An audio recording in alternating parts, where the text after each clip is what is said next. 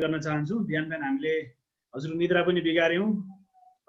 यो म पवित्र पावन पार्श्व क्षेत्रबाटै बोल्दैछु डाक्टर साहब। अहिले यो उमाकुण्ड मार्ग गौरीघाट। अब हामी डाक्टर साहबलाई औपचारिक कार्यक्रममा अगाडि जाँदैछौँ र विशेष गरी औपचारिक स्वागत मन्तव्य र साथसाथै सानो परिचयको लागि म राजेन्द्र तिमल सिन्हालाई भन्छु।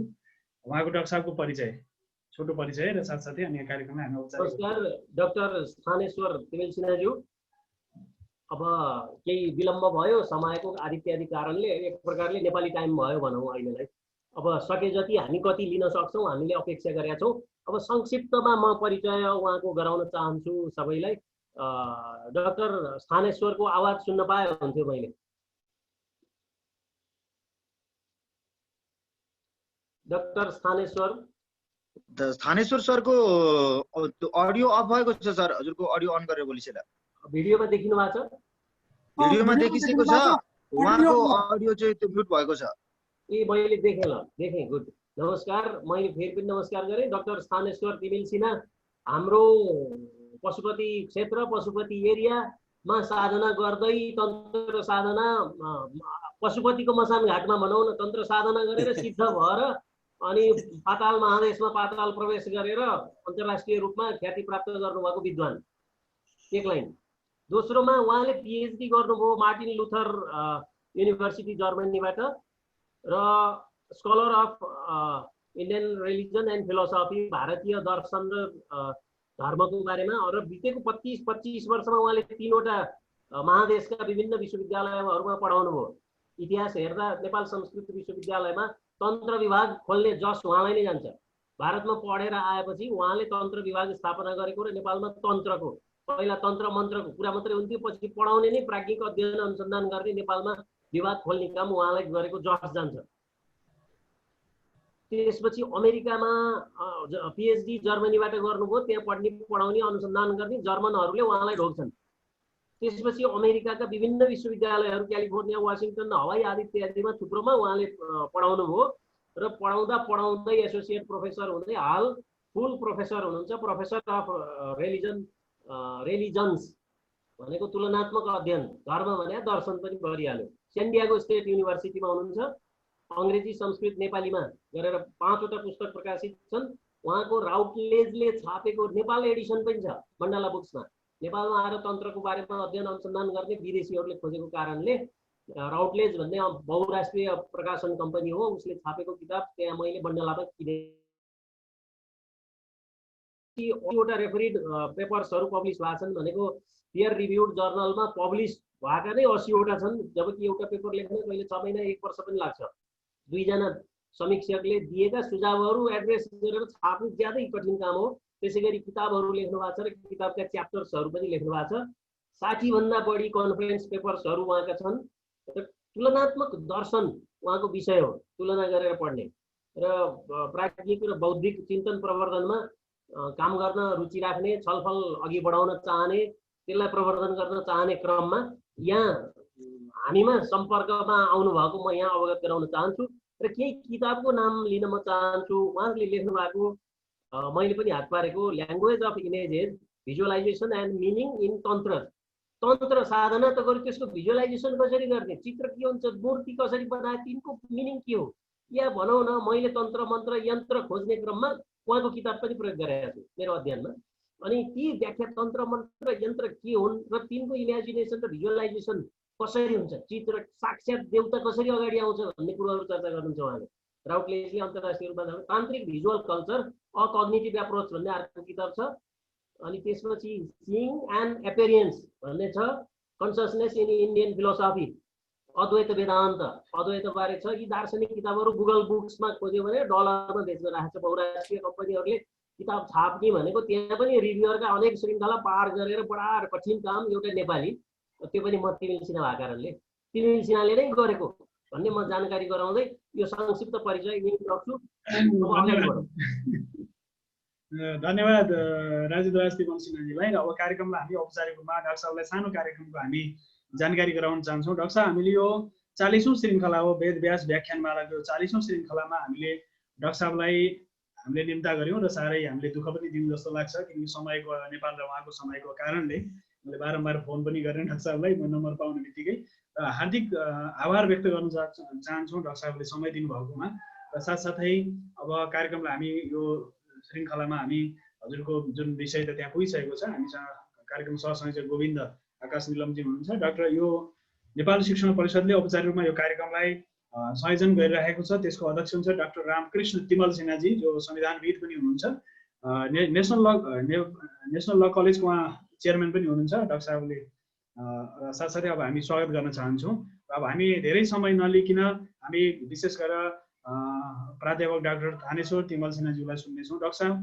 अब हजुरको व्याख्यानको लागि हामी एकदमै प्रतीक्षारत छौँ र हजुरको व्याख्यानलाई हामी सबै जति पनि अहिले फेसबुकको माध्यमबाट वैदिक टिभीको माध्यमबाट पनि संसारभरि हामीलाई हेरिराख्नु भएको छ र हाम्रो फेसबुकको माध्यमबाट पनि हामीलाई संसारभरि अहिले हेर्नुहुने सम्पूर्ण दर्शक महानुभावहरूलाई हार्दिक नमन गर्दै अब हामी डाक्टर थानेश्वर तिमल सिन्हाज्यूको व्याख्यान सुन्नेछौँ। हजुर नमस्कार। म अलिकति डिसओरिएन्टेड भएकोमा चाहिँ क्षमा प्रार्थी छु। यो समयको चाहिने उसले गर्दाखेरि मैले आफैले नै कन्ट्याक्ट एप्रोच गरेको हो राजेन्द्र भाइलाई, किन अलि आफ्नो जन्मभूमिसँग र जन्म संस्कृतिसँग नै सम्बद्ध नभइराखेको हो कि धेरै टाढा भइयो र समरमा चाहिँ नेपाल आइन्थ्यो। कोरोनाको कारणले यसपालि नेपाल आउनु पनि पाइएन, कसैसँग भेटघाट पनि भएन भन्ने कुरो मैले पोखेको थिएँ। पछि गएर यो टाइमको चाहिँ अलिकति कन्फ्युजन भएछ। मलाई राजेन्द्रजीले चाहिँ नि प्राच्य र पौरस्त्य दर्शनको बारेमा र त्यसको सीमाको बारेमा चाहिँ नि केही बोलिदिने कुरा उहाँले राख्नु भएको थियो। मेरो जानकारी अनुसार चाहिँ मैले प्रवचन भन्दा पनि अन्तर्वार्ताको हिसाबमा मैले सोचेको थिएँ यदि त्यो अनुकूल हुन्छ भनेदेखि त्यतापट्टि जाउँ, किनभने हाम्रा धेरै प्रश्नहरू हुन्छन् र मैले सबै उत्तर गर्न सक्छु भन्ने पनि छैन। तर जो सकिन्छ एज ए टिचर हाम्रो त सकिन्छ उत्तर दिन्छौँ, नसकेदेखि मैले नजानेको कुरा भयो त्यो भन्ने जाने हुन्छ। यदि त्यो किसिमको हो भनेदेखि बरु मलाई प्रश्नहरू गर्नुहोस् अनि त्यसरी लैजाउँ, होइन म एक सोध्ने हो भनेदेखि म अलि डिसओरिएन्टेड भएको चाहिँ माफ माग्दै मलाई त्यो चाहिँ नि जानकारी चाहियो। फेरि क्वेसन एन्सरको रूपमा लैजानु होला कि नहोला?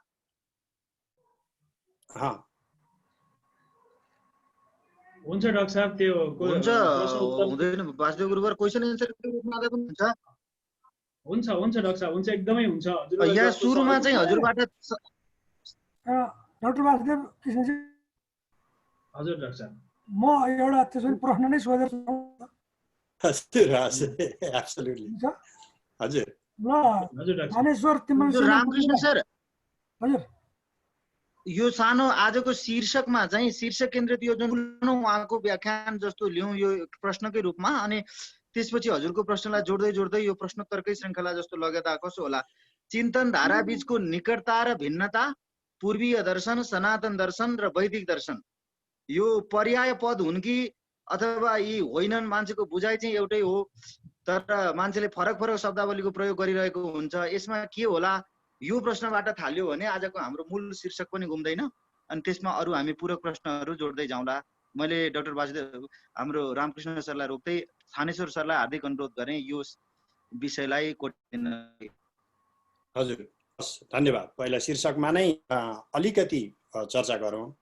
हो त्यही भनेर यो दर्शन भन्ने कुरालाई हामीले फिलोसफी वेस्टमा जाने जुन किसिमले पहिलो त अब यो पूर्वीय पौरस्त्य अनि त्यसमाथि पनि हामीहरूको सनातन दर्शन त्यहाँ विभाजनमा पुग्नुभन्दा पहिला चाहिँ तपाईको यो दर्शन शब्द र चाहिँ नि फिलोसफी एउटै हो कि होइन र तिनीहरूमा कस्तो किसिमको ओभरल्याप छ र के किसिमको सम्बन्ध छ?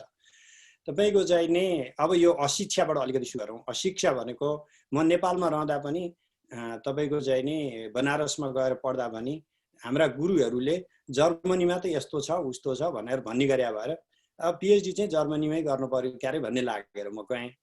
अनि त्यो जर्मनी यात्रादेखिको पश्चिममा पढाउने प्रसङ्गसम्ममा मैले के भेटेँ भने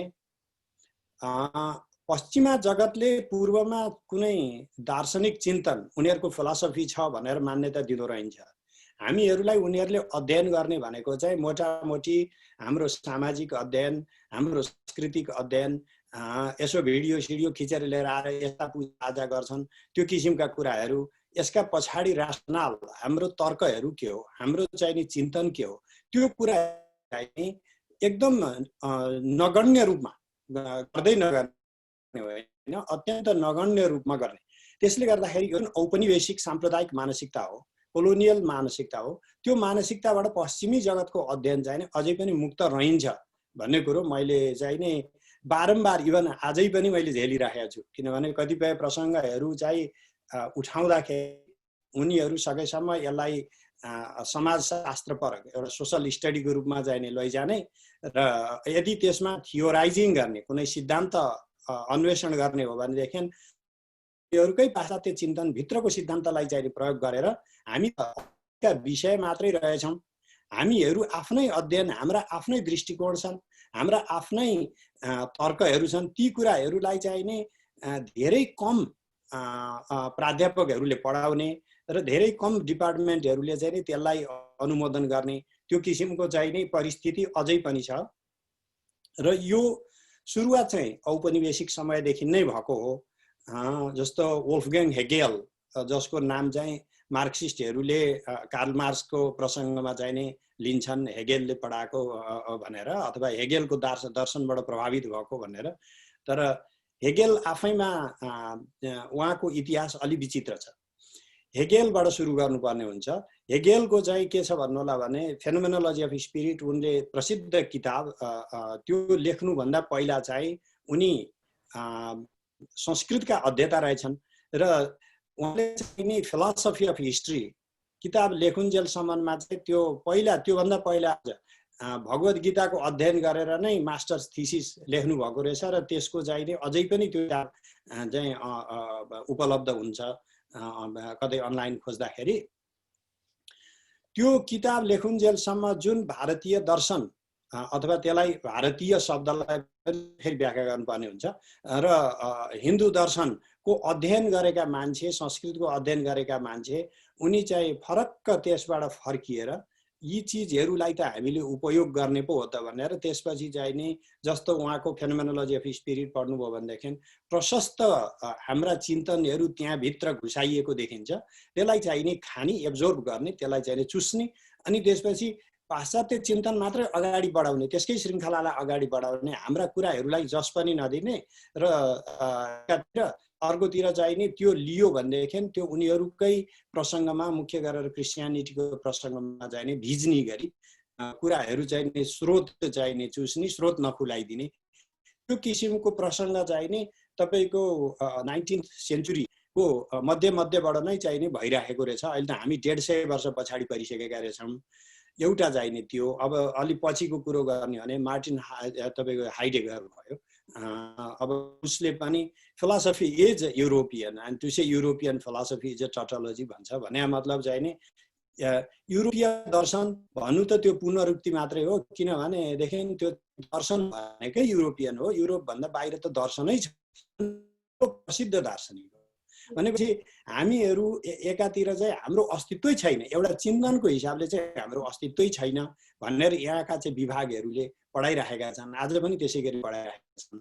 अब हामीहरू एकदम अल्पमतमा छौँ त्यो हिसाबले कुरो गर्ने हो भने 10-8 जना मात्रै अध्यापकहरू जसले चाहिँ त्यो कुरो होइन भनेर सत्य तथ्य बाहिर लिएर आउने चाहिँ हाम्रो प्रयास हुन्छ। तर अलिकति पनि फरक नभएको भने होइन। दर्शन र फिलोसफीमा चाहिँ फरक के त भन्दा फिलोसफी एउटा तपाईँको प्रेम हो, एउटा चिन्तनसँगको प्रेम हो र यसको मुख्य उद्देश्य भनेको चाहिँ थियोराइजिङ, कुनै कुरोलाई चाहिँ एउटा सिद्धान्त बनाउने हो। भनेदेखि दर्शन यो कुनै कुरोलाई थियोराइजिङ गर्ने होइन। दर्शन भनेको कुनै कुरालाई चाहिँ नि त्यसका आयाम, नयाँ आयामहरूमा मात्रै सोच्ने अथवा चिन्तन गर्ने होइन। यो त दर्शन भनेको चाहिँ त्यसलाई अनुभवमा ल्याउने। त्यसकारण हामीहरूले एउटा जस्तो फिलोसफीको अब्जेक्टिभ, त्यसको फिलोसफीको उद्देश्य चाहिँ नि पुरै त्यसलाई साक्षात्कारै गर्नुपर्छ, आफूले भनेका कुरा, आफूले देखेका कुरालाई साक्षात्कार गर्नुपर्छ भन्ने होइन, त्यसलाई थ्योरी बनाउँदै लैजाने हो। अनि तर्कसङ्गत रूपमा चाहिँ विकसित गर्ने हो। अब थ्योरी भनेको दृष्टिकोणहरू भनेको त सिद्धान्तहरू भनेको त जति बनाउँदा पनि भयो, तर दर्शन भन्ने चाहिँ नि एउटा त्यसको पनि थियोराइजिङ हुन्छ, त्यसमा पनि सिद्धान्तीकरण हुन्छ, तर त्यसको सीमा के त भन्दा अन्ततोगत त्यसले चाहिँ नि अनुभवमा आउनु पर्यो र मानवको जीवनमा चाहिँ नि व्यक्तिगत रूपमा त्यसले आफ्नो सोचाइमा नै प्रभावित र परिवर्तित गर्नु पर्यो। त्यसकारण दर्शनको अलिकति चाहिँ नि पार्थक्य छ, भिन्नता छ।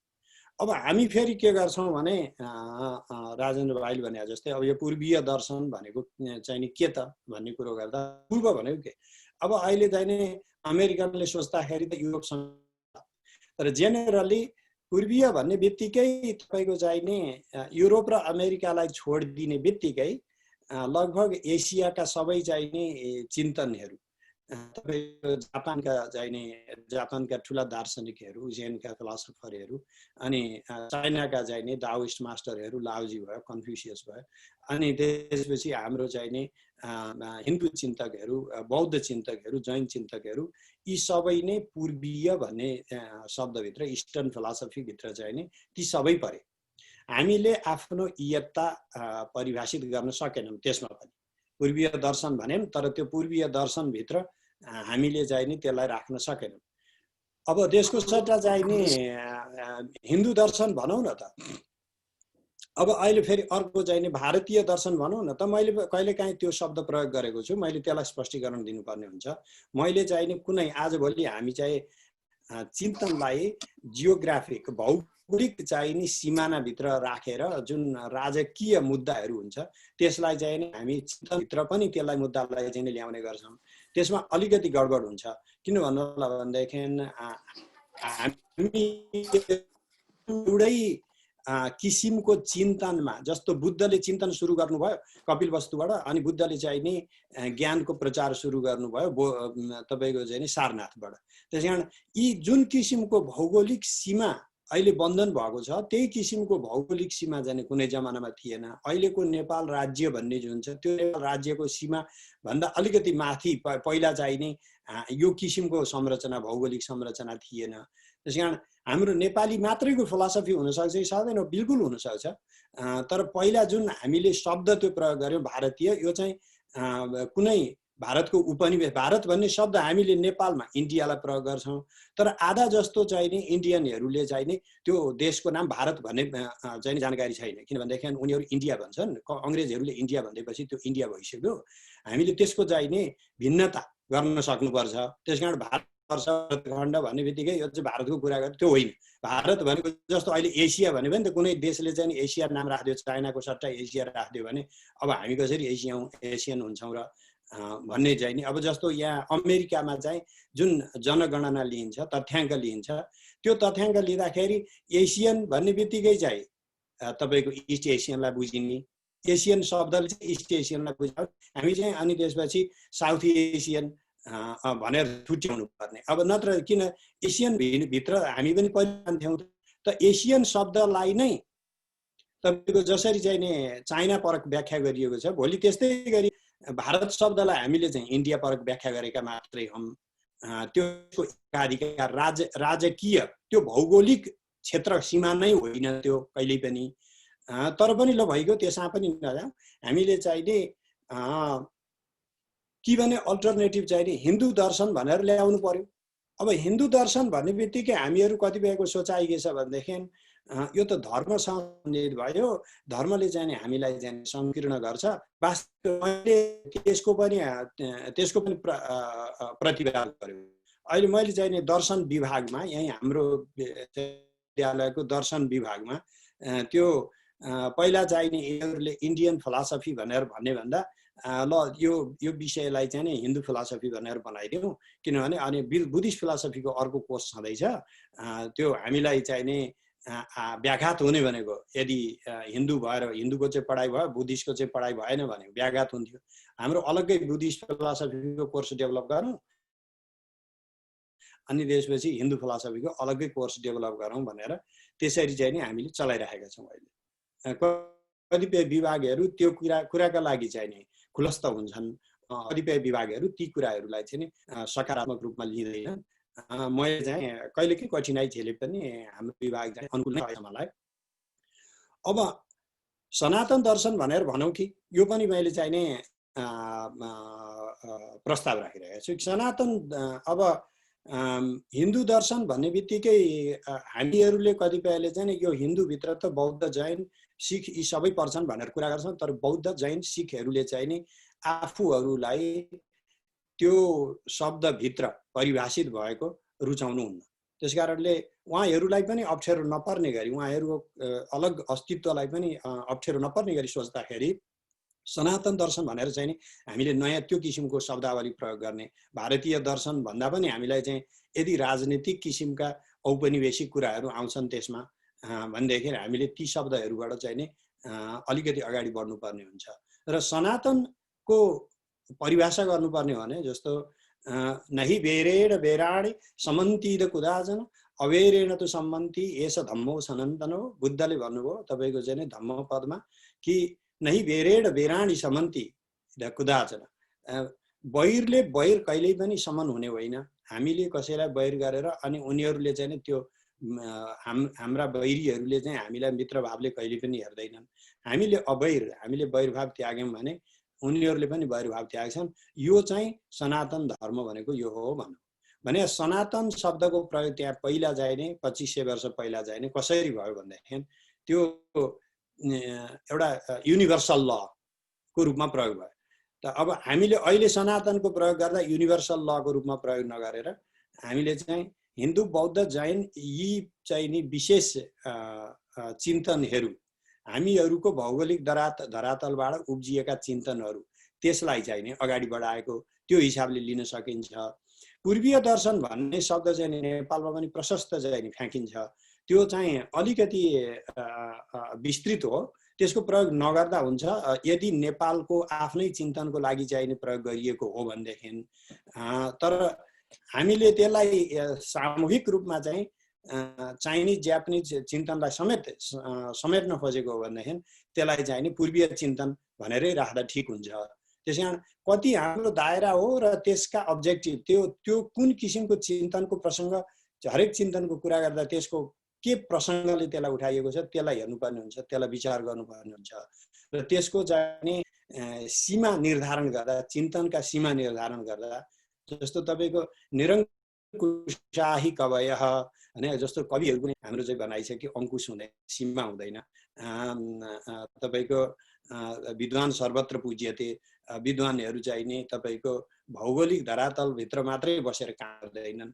ती भनाइहरू चाहिँ नि हाम्रा ऋषिहरूका पूर्वजहरूका चाहिँ नि एउटा विश्वव्यापी चाहिँ भनाइहरू छन्। हामीले ती कुराहरूलाई पनि हृदयङ्गम गर्नुपर्ने हुन्छ कि हामीले चिन्तन गर्दा आफ्नो धरातलमा बसेर गर्ने हो, तर ती चिन्तनहरूको प्रयोग चाहिँ नि विश्वव्यापीकरण पनि गर्नुपर्ने हुन्छ। किनभने अरूले चाहिँ नि आफ्ना चिन्तनहरू कसरी विश्वव्यापीकरण हुन्छ भनेर सधैँ कोसिस गरिराखेका हुन्छन्। हामी चाहिँ नि अरूका चिन्तन लिने नलिने भन्दा पनि आफ्ना चिन्तनलाई पनि त विश्वभित्र फैलाउन सक्नु, नयाँ चिन्तनहरू थपिँदै हामी इतिहासपरक मात्रै बन्ने होइन। जस्तो चाहिँ नि हाम्रा पनि यस्ता चाहिँ नि ऋषिहरू थिए, मुनिहरू थिए, बुद्ध जस्ता चाहिँ नि चिन्तकहरू थिए, जनक जस्ता दार्शनिक थिए, राजा थिए भनेर इतिहासको गर्व गर्नुपर्छ। मैले त्यसलाई नकाट्ने भनेको होइन, तर चिन्तन भनेको इतिहासमा सीमित कुरा हुने कुरा होइन। चिन्तन जस्तो यदि देशको सीमाभित्र बाँधिन सक्दैन भने, चिन्तन भनेको चाहिँ नि भौगोलिक सीमाभित्र तपाईँको बाँधिन सक्दैन भने कालको सीमाभित्र पनि बाँध्नु हुँदैन। हामीले चिन्तनलाई यसलाई चाहिँ सनातन त्यो हिसाबमा लैजानुपर्छ कि नयाँ किसिमका चिन्तनहरू हामीबाट आउनु पर्यो। हामीहरू जुनसुकै मुलुकमा पुगे पनि हामीहरूलाई जुन माटोले हुर्कायो, जुन संस्कृतिले हुर्कायो, त्यो किसिमका संस्कृतिका मान्छेहरू आबद्ध भएर हाम्रो यसमाथि के दृष्टिकोण भन्ने चाहिँ रहनु पर्यो। त्यसकारण हामी जस्तो संसारका ठुला चिन्तकको नाम लिँदाखेरि हामीले कार्ल मार्क्सको नाम लिनुपर्छ। सामाजिक चिन्तनको लागि चाहिँ नि तपाईँको मार्क्सिस्ट दर्शन भएन भने त केही नै हुँदैन। उहाँको चाहिँ नि युरोपियन धरातल के थियो, फिलोसफीमाथि उहाँको अध्ययन के थियो, त्यसमाथि चाहिँ नि उहाँको विचारहरू जस्तो यदि हेगेलबाट चाहिँ नि प्रभावित हो भने हेगेल त चाहिँ नि एकदम डिपली अलमोस्ट फेनेटिकली क्रिस्चियन हुनुहुन्थ्यो। र भनिसकेपछि त्यो किसिमको चिन्तन उहाँ चाहिँ नि हो निरीश्वरवादी भए पनि टिपेर फ्याँक्ने बित्तिकै अरू चिन्तन चाहिने सबै त्यो श्रृङ्खलाबाट टिपेर फ्याँकिएको त हुँदैन। हामीले हाम्रो परिवेशबाट जस्तो बुद्धलाई चाहिँ चिन्तनको रूपमा प्रयोग गरियो, उहाँले चाहिँ नयाँ सामाजिक सिद्धान्त दिनु पर्यो भनेदेखि, नयाँ किसिमको चाहिँ नि राजनीतिक सिद्धान्त चिन्तन दिनु पर्यो भने त्योबाट उहाँको चिन्तनबाट कुन किसिमको राजनीतिक चिन्तन नयाँ विकसित गर्न सकिन्छ त्यो सोच्दाखेरि कतिपय चाहिँ नि उहाँले भनेका कुराहरू अब अहिलेको लागि समय सापेक्ष हुँदैन। हामीले त्यसलाई छोडेर अरू चिजहरू हामीले त्यसलाई प्रयोग गर्न सक्यौँ भनेदेखि हामीहरू जुन चिन्तनका हिसाबले उपनिवेशमा बसेका छौँ, जुन पहिला राज्य सत्ता नै चाहिँ उपनिवेश थियो भने अहिले त्यो राज्य सत्ताका उपनिवेशहरू केही मात्रामा खुकुला भएका भए पनि चिन्तनका हिसाबले चाहिँ नि चिन्तनका आफ्ना जुन सीमा हुँदो रहेछन् ती चिन्तनमा चाहिँ हामीलाई स्वतन्त्र छाडिएको छ भने पनि हामीले आफ्ना तरिकाले चाहिँ सोच्दा रहन्छौँ। अनि त्यसपछि अर्काले दिएका चाहिँ विषयहरूमाथि अर्काकै हिसाबले चिन्तन गर्न थाल्दाखेरि एक त हाम्रा व्यक्तिहरू त्यति ठुला चिन्तक बन्न पनि सक्दा रहन्छन्, किनभने आफ्ना बाटो हिँड्न छोडेर अर्काका बाटो हिँड्न थालेपछि चाहिँ नि त्यो पछाडि परि नै हाल्छ। र दोस्रो चाहिँ नि स्वत्व गुमाएका व्यक्तिहरू, तपाईँको आफ्नो अस्तित्वविहीन व्यक्तिहरूको झुन्ड, समाज पनि भन्नु मिल्दैन, अस्तित्वविहीन व्यक्तिहरूको झुन्ड भनेपछि तपाईँको त्यसले भोलि गएर राजकीय चिन्तनमा पनि राजकीय अस्तित्वमा पनि त्यसले कसरी असर पार्छ भनेदेखि आफ्नो चिन्तनले आफ्नो पहिचान बनाउने हो। मात्रै भौगोलिक सीमाले मात्रै चाहिँ नि हामीले यहाँनिर बार लगाइदिएका छौँ, अनि त्यसपछि यताभित्र बसेका चाहिँ नि नेपाली, त्यतापट्टिका चाहिँ नि चाइनिज भनेर जबसम्म हामी त्यो आफ्नो पहिचानलाई एउटा भौगोलिक सीमाभित्र मात्रै सीमित राख्छौँ, त्यसपछि त्यो भौगोलिक सीमा भनेको त कुनै पनि बेलामा चाहिँ अतिक्रमण हुने कुराहरू हुन्। हुन्छ राम्रो हुन्छ भनेको होइन, तर ती भइराखेका कुराहरू हुन्।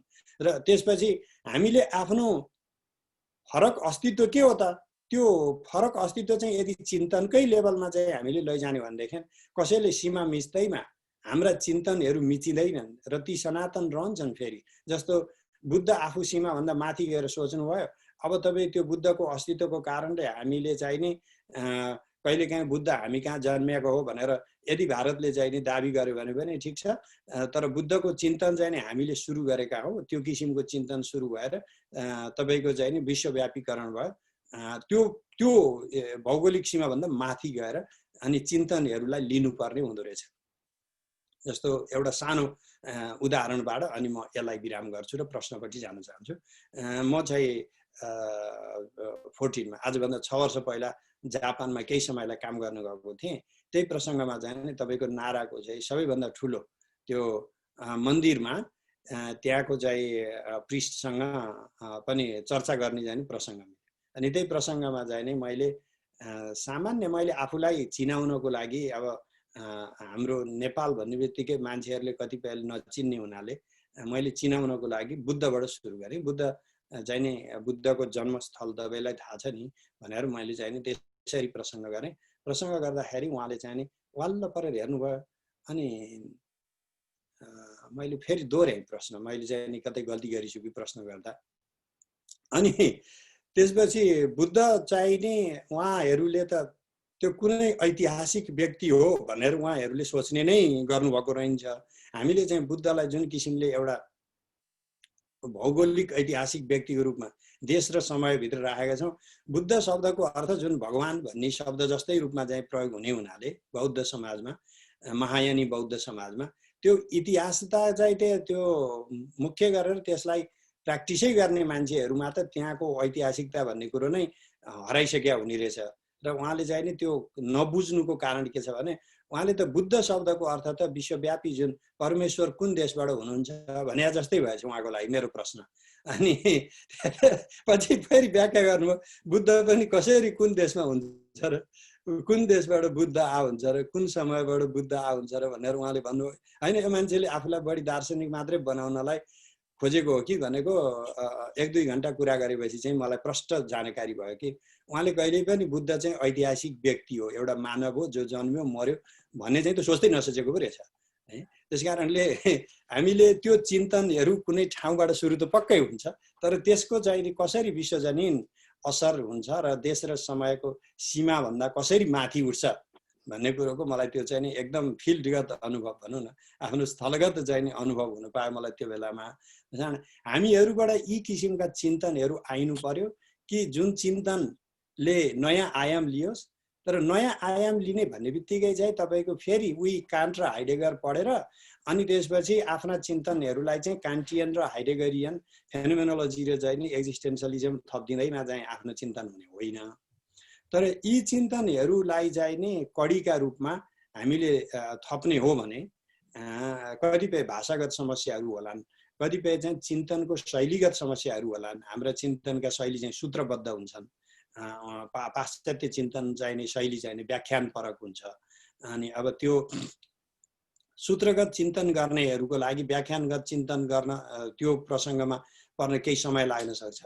तर प्रशस्त चाहिने विचारहरू तपाईँको हामी जनकको दर्शन भनेर फ्याँकिदिन्छौँ यत्तिकै, तर त्यो जनककै दर्शनलाई चाहिने अहिलेको प्रसङ्गमा प्रयोग गर्न नसकिने होइन। तपाईँको प्रसङ्ग जो यो प्योर फिलोसफीमा मात्रै होइन, even in the philosophy of physics तपाईँको उहाँहरूले जुन किसिमको देश र कालको चिन्तन गर्नुभयो। तपाईँको योग वासिष्ठको मैले श्रृङ्खला भर्खरै सिद्ध्याएँ, 12वटा चाहिने श्रृङ्खला 300-400 चाहिने विद्यार्थीहरूले भाग लिनुभएको थियो जुमबाट। धेरै जसो पाश्चात्य नै चाहिने हुनुहुन्थ्यो, केही साथीहरू नेपाल भारतबाट पनि सम्पर्क गर्नुभयो। अब ती किताबहरू हामीले पढ्दाखेरि त तपाईँको अहिलेका लेटेस्ट डेभलपमेन्ट जुन चाहिँ फिजिक्स फिलोसफी अफ फिजिक्समा भइरहेको छ, तपाईँको ती चिन्तनहरूको काँटामा समकक्षमा पुग्ने चिन्तनहरू गरेर गएका रहेछन् यी ऋषिहरूले है। हामीले चाहिँ एक त त्यो या त भाषाका कारणले भए या त आफ्नो हामी खाने धन्दाले गर्दा नै साह्रै चाहिँ नि व्यस्त र विरक्त भएका हुनाले ती किताबहरू पल्टाएर फेरि आजका भाषामा भनेर इङ्ग्लिस मात्रैको कुरो भनिनँ कि मैले, आजको चाहिँ नि जुन टेक्निकल वर्ल्ड हो र जुन साइन्टिफिक वर्ल्ड हो त्यसले बुझ्ने भाषामा त्यहाँको कुरालाई चाहिँ अनुवाद गर्दै थपथाप गर्ने होइन, तर त्यहाँको कुरालाई यथार्थ राख्दै पनि आजका मान्छेहरूले बुझ्ने किसिमको भाषामा चाहिँ प्रस्तुत गरिदिँदाखेरि त एकदम लेटेस्ट फिलोसफी अफ फिजिक्स जुन चाहिँ नि भौतिक दर्शनमा भइराखेका दार्शनिक चिन्तन छन्, ती दर्शनसँग हामीले समकक्षीका रूपमा चाहिँ चर्चा गर्न सक्ने त्यो लेभलका चाहिँ चिन्तन चाहिँ नि छाडिदिएका रहेछन्। अब यो मेरो प्रसङ्गमा चाहिँ चिनाउने प्रसङ्गमा तन्त्रको थुप्रै कुरा भएको हुनाले मैले चाहिँ त्यसमा चाहिँ एक शब्द थपेर अनि म त्यसपछि चर्चाको लागि जान चाहन्छु। अब हामीहरूको सोचाइ नै भनौँ न, जस्तो चाहिँ नि तन्त्र मन्त्र अरे यसले पढाउने त भनिसकेपछि अब म चाहिँ यहाँ झारफुक गरेर बस्ने होला भन्ने म त्यसलाई प्रतिवाद पनि गर्दिनँ। हेर्नुहोस्, मैले नेपालमा गएर विभाग खोल्न खोज्दाखेरि मलाई विश्वविद्यालयले यति विरोध गर्यो त्यो बेलामा। यो हुँदै नहुने कुरा, यो विश्वविद्यालयबाट पढाउने कुरै होइन, यो चाहिँ नि हाम्रो धामी झाँक्रीहरूले गर्ने कुरा हो। त्यो बेलादेखिको अहिले पनि मलाई चाहिँ नि त्यहाँ 2 हप्ता जति पहिला मैले मेरो गुरुलाई चाहिँ नि यही उसमा चाटमा चाहिँ नि कुरा गरेको थिएँ। विद्यानाथ उपाध्याय पहिला नरदेवीमा हुनुहुन्थ्यो, अहिले कलङ्की बस्नुहुन्छ, 84-85 वर्षको वृद्ध हुनुहुन्छ। उहाँ चाहिँ प्रज्ञामा जाँदाखेरि, त्यो एकाडेमीमा जाँदाखेरि एकजनाले उहाँलाई चाहिँ तन्त्रशास्त्रको विज्ञ भनेर परिचय गराइदिएछ। अनि हाम्रो कसले चाहिँ नि त्यहाँका एकजना बैरागी कालाको नाम मैले बिर्सेँ, नाम पनि लिन आवश्यक पनि भएन। उहाँले चाहिँ अब त हामी धामी झाँक्री खोज्नु पनि अन्त जान नपर्ने भएछ भनेर हा गरेर उपहास, मलाई यस्तो उपहास गरे, तैँले चाहिँ नि नेपालमा कुरा पनि गर्दैनस्, अनि तिमीहरू चाहिँ नि यहाँबाट बाहिर गइदिएपछि यो विषयलाई चाहिँ नि कसैले सही रूपमा प्रस्तुत पनि गर्ने भएन भनेर तुरुक्क चाहिँ मेरो 84 वर्ष पुगेका गुरुले आँसु खसाउनु भयो। है, हामीहरू कस्ता भयौँ भने छन् त नि, धामीहरू पनि छन्, एक त त्यसमा पनि केही सत्यता छ कि भनेर खोज्नुपर्ने अवस्थामा उल्टो यो यति ठुलो दार्शनिक चिन्तनको विषय हो। र मैले चाहिँ नि यहाँको कग्निटिभ साइन्टिस्टहरूसँग बसेर प्यानल गरेको छु सँगसँगै कन्फरेन्सहरूमा, न्युरो साइन्टिस्टहरूसँग बसेर चाहिँ नि साइकाट्रिस्टहरूसँग बसेर, वेस्टर्न फिलोसफरहरूसँग बसेर त्यो तन्त्रभित्रको दर्शनलाई चाहिँ प्रयोग गरेर यहाँका विभिन्न दार्शनिकहरू सँगसँगै चाहिँ नि मैले किताब पनि लेखेको छु, च्याप्टरहरू पनि मैले बुझाएका छु। तपाईँको तन्त्रको दर्शनलाई प्रयोग गर्दाखेरि एक त यो अत्यन्त समाजपरक हुने रहेछ र अनि त्यो चाहिँ जीवनको समर्थक रूपमा यो जस्तो संसारलाई नकारेर जाने किसिमको वैराग्यका कुरा गर्ने दर्शन नभएर संसारलाई स्वीकार गरेर जाने, संसारलाई चाहिँ प्रति चाहिँ एउटा विरक्तिको मात्रै कुरा नगरेर संसारमा इन्गेज भइकन परमार्थको पनि चिन्तन गर्ने, आफ्नो वास्तविक सत्यताको के हो त्यो पनि चिन्तन गर्ने, त्यो किसिमको दर्शन रहेछ भन्ने चाहिने। यदि अहिले प्रष्ट सत्य र तितो सत्य बोल्ने हो भनेदेखि मैले गएर नेपालमा चाहिँ तन्त्रको कुरा गर्दा मेरो जति उपहास हुन सक्छ, मैले यहाँको तन्त्रको कुरा गर्दा त्यो चाहिँ हुँदैन।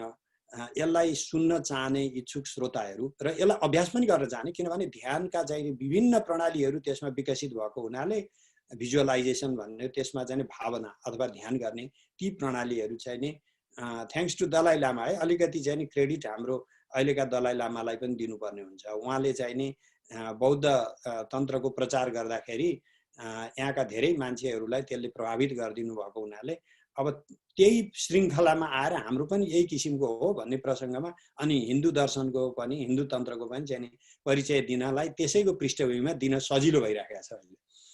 त्यस कारण हामी चाहिँ नि त्यो एउटा चिन्तन हो र यो अरू जस्तो तपाईँको दर्शन जस्तै यो पनि एउटा दर्शन हो र त्यो दर्शनको चाहिँ नि प्रायोगिक पक्ष छ, प्रयोग चाहिँ नि परक छ होइन। यो त रिचुअल भयो, कर्मकाण्ड भयो, फेरि अर्को चाहिँ नि त्यो थपिन्छ भनेको मतलब कसैले कर्मकाण्ड गर्यो भनेदेखि त्यो चाहिँ नि एकदम बुढी रुढीको कुरा भयो, थोत्रो कुरा भयो। कर्मकाण्ड हाम्रो जीवनमा कसरी सुरु हुन्छ ल हेर्नुहोस्, मलाई परिचय दिनुभयो अहिले हामीले जुममा सुरु गर्दा, त्यो कर्मकाण्ड हो कि होइन?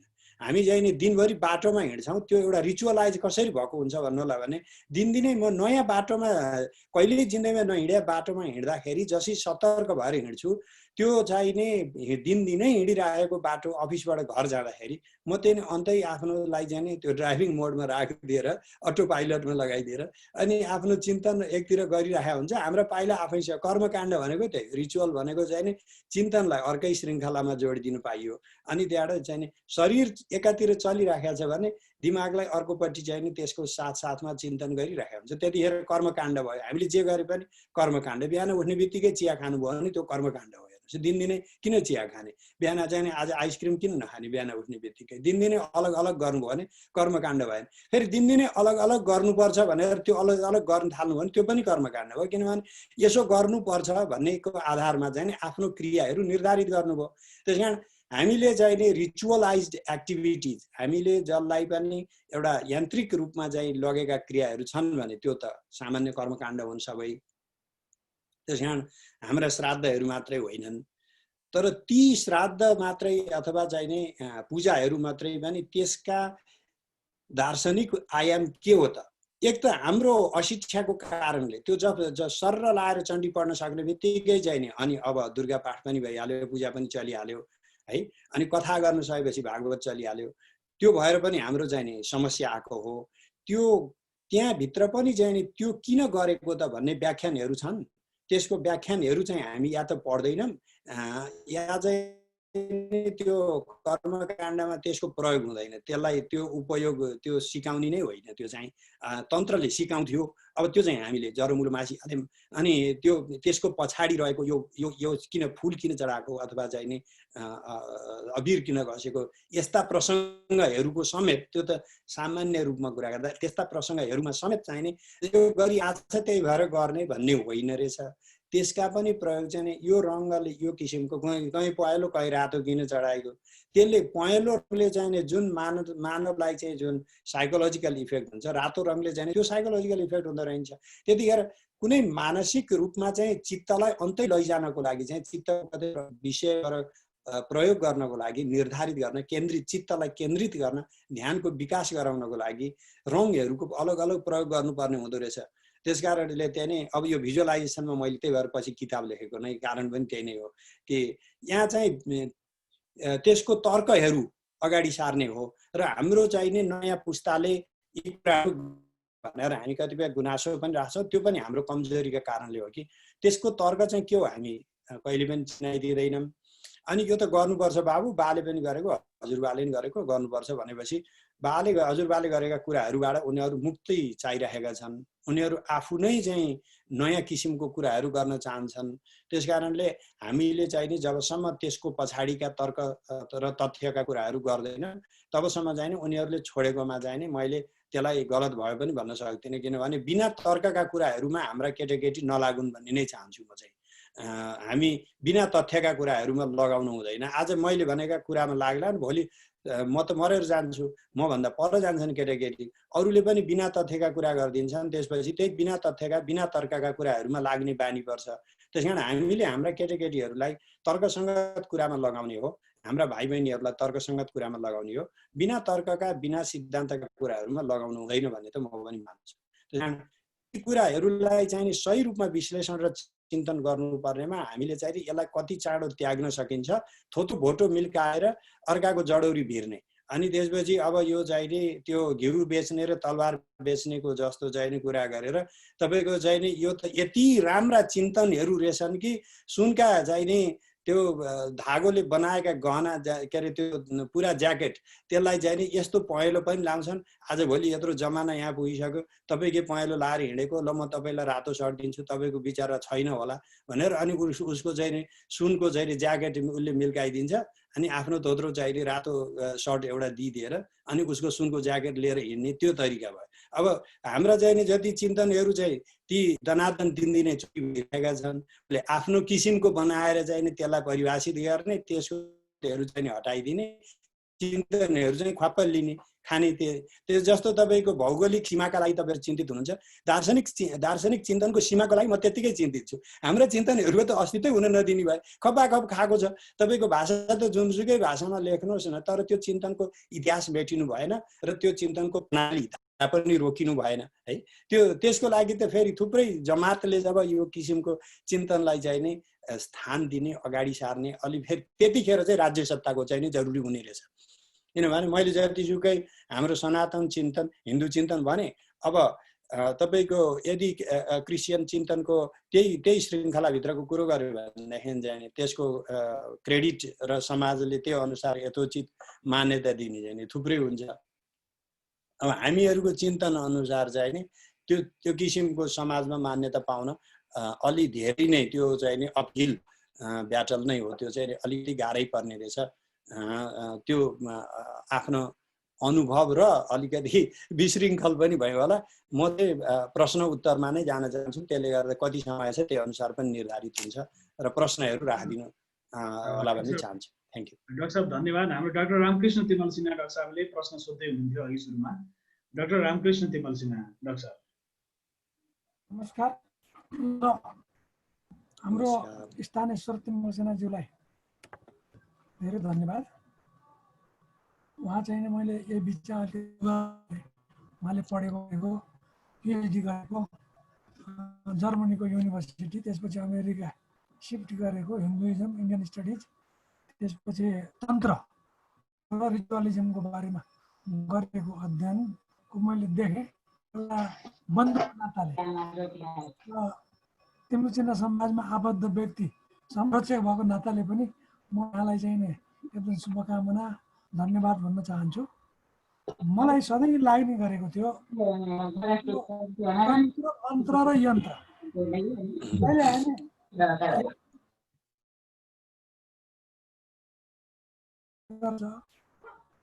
सुनिया छ होइन? अहिले जे गर्छ यन्त्रले गर्छ। अहिले मैले गुगलमा हेरेँ, त्यो पनि यन्त्रबाट हेरेँ। अहिले जुमबाट हामीले मिटिङ गरेका छौँ, यो पनि यन्त्र हो। अनि कति किताबहरू पढेँ, त्यो किताबमा तन्त्र भनेको प्रोसेस हो भनेर भनेको पाएँ र मैले यहाँले नै रेफर गरेको विद्यानाथ गुरुजीसँग गएर दिनभरि एक दिन उहाँले लेखेका 5वटा किताब लिएर अनि तन्त्रको बारेमा उहाँसँग मैले कुरा गरेँ। अनि मैले भने यो तन्त्रको यो नलेज मात्रै हो कि यसो सिद्धि पनि नेपालमा कसैले गरेका छ भनेर मैले उहाँसँग सोद्धा, तन्त्रको सिद्धिभन्दा पनि अहिले बुद्धिमा मात्रै यो सीमित छ। हामीले तान्त्रिक रूपमा जामन गुवाजीको इतिहास पढेका छौँ, त्यो देख्न चाहिँ पाएको छैनौँ। फेरि अर्को गुरु इन्डियामा ती छ प्रवचनहरू यसो हेर्दा तन्त्र विद्याबाट बनेको देश नेपाल भनेर उहाँले लेखेको भन्नुभएको पनि देखियो। तन्त्र विद्याको जननी देश तिब्बत, तन्त्रबाट बनेको नेपाल भन्ने पनि देखियो। अब नेपालमा यो तन्त्र जागरण, तन्त्रको वास्तविक प्र्याक्टिकल प्रयोग गरेर देखाउन सक्यो भने मलाई लाग्छ एउटा सबभन्दा बढी आम्दानी हुने स्रोत शैक्षिक केन्द्र र नेपालीको एकदम आइडियोलोजी संसार समक्ष पुर्याउने हुन सक्थ्यो। के यो सम्भव छ कि छैन? मैले चाहिँ यो एकदम प्र्याक्टिकल्ली तन्त्र विद्या मार्फत नेपाललाई संसारमा चिनाएर प्रख्यात बनाएर अगाडि बढ्न सकिन्छ सकिँदैन? यो किन सोधिरहेको छु भन्दा हामी नेपाल शिक्षण परिषद भन्ने एउटा संस्था स्थापना गरिरहेका छौँ, जुन आजको संयोजन पनि गरिरहेछौँ। त्यसको एउटा मुख्य काम हाम्रो तन्त्र विद्याको बारेमा उत्खनन र रिसर्च गर्नु पनि हो। त्यसैले आज मलाई ठुलो मौका मिलेको छ यहाँसँग भेटेर, म एकदम गदगद भएको छु। त्यसकारण यति कुरामा अलिकति प्रकाश पार्दिन भए म कृतकृत हुने थिएँ।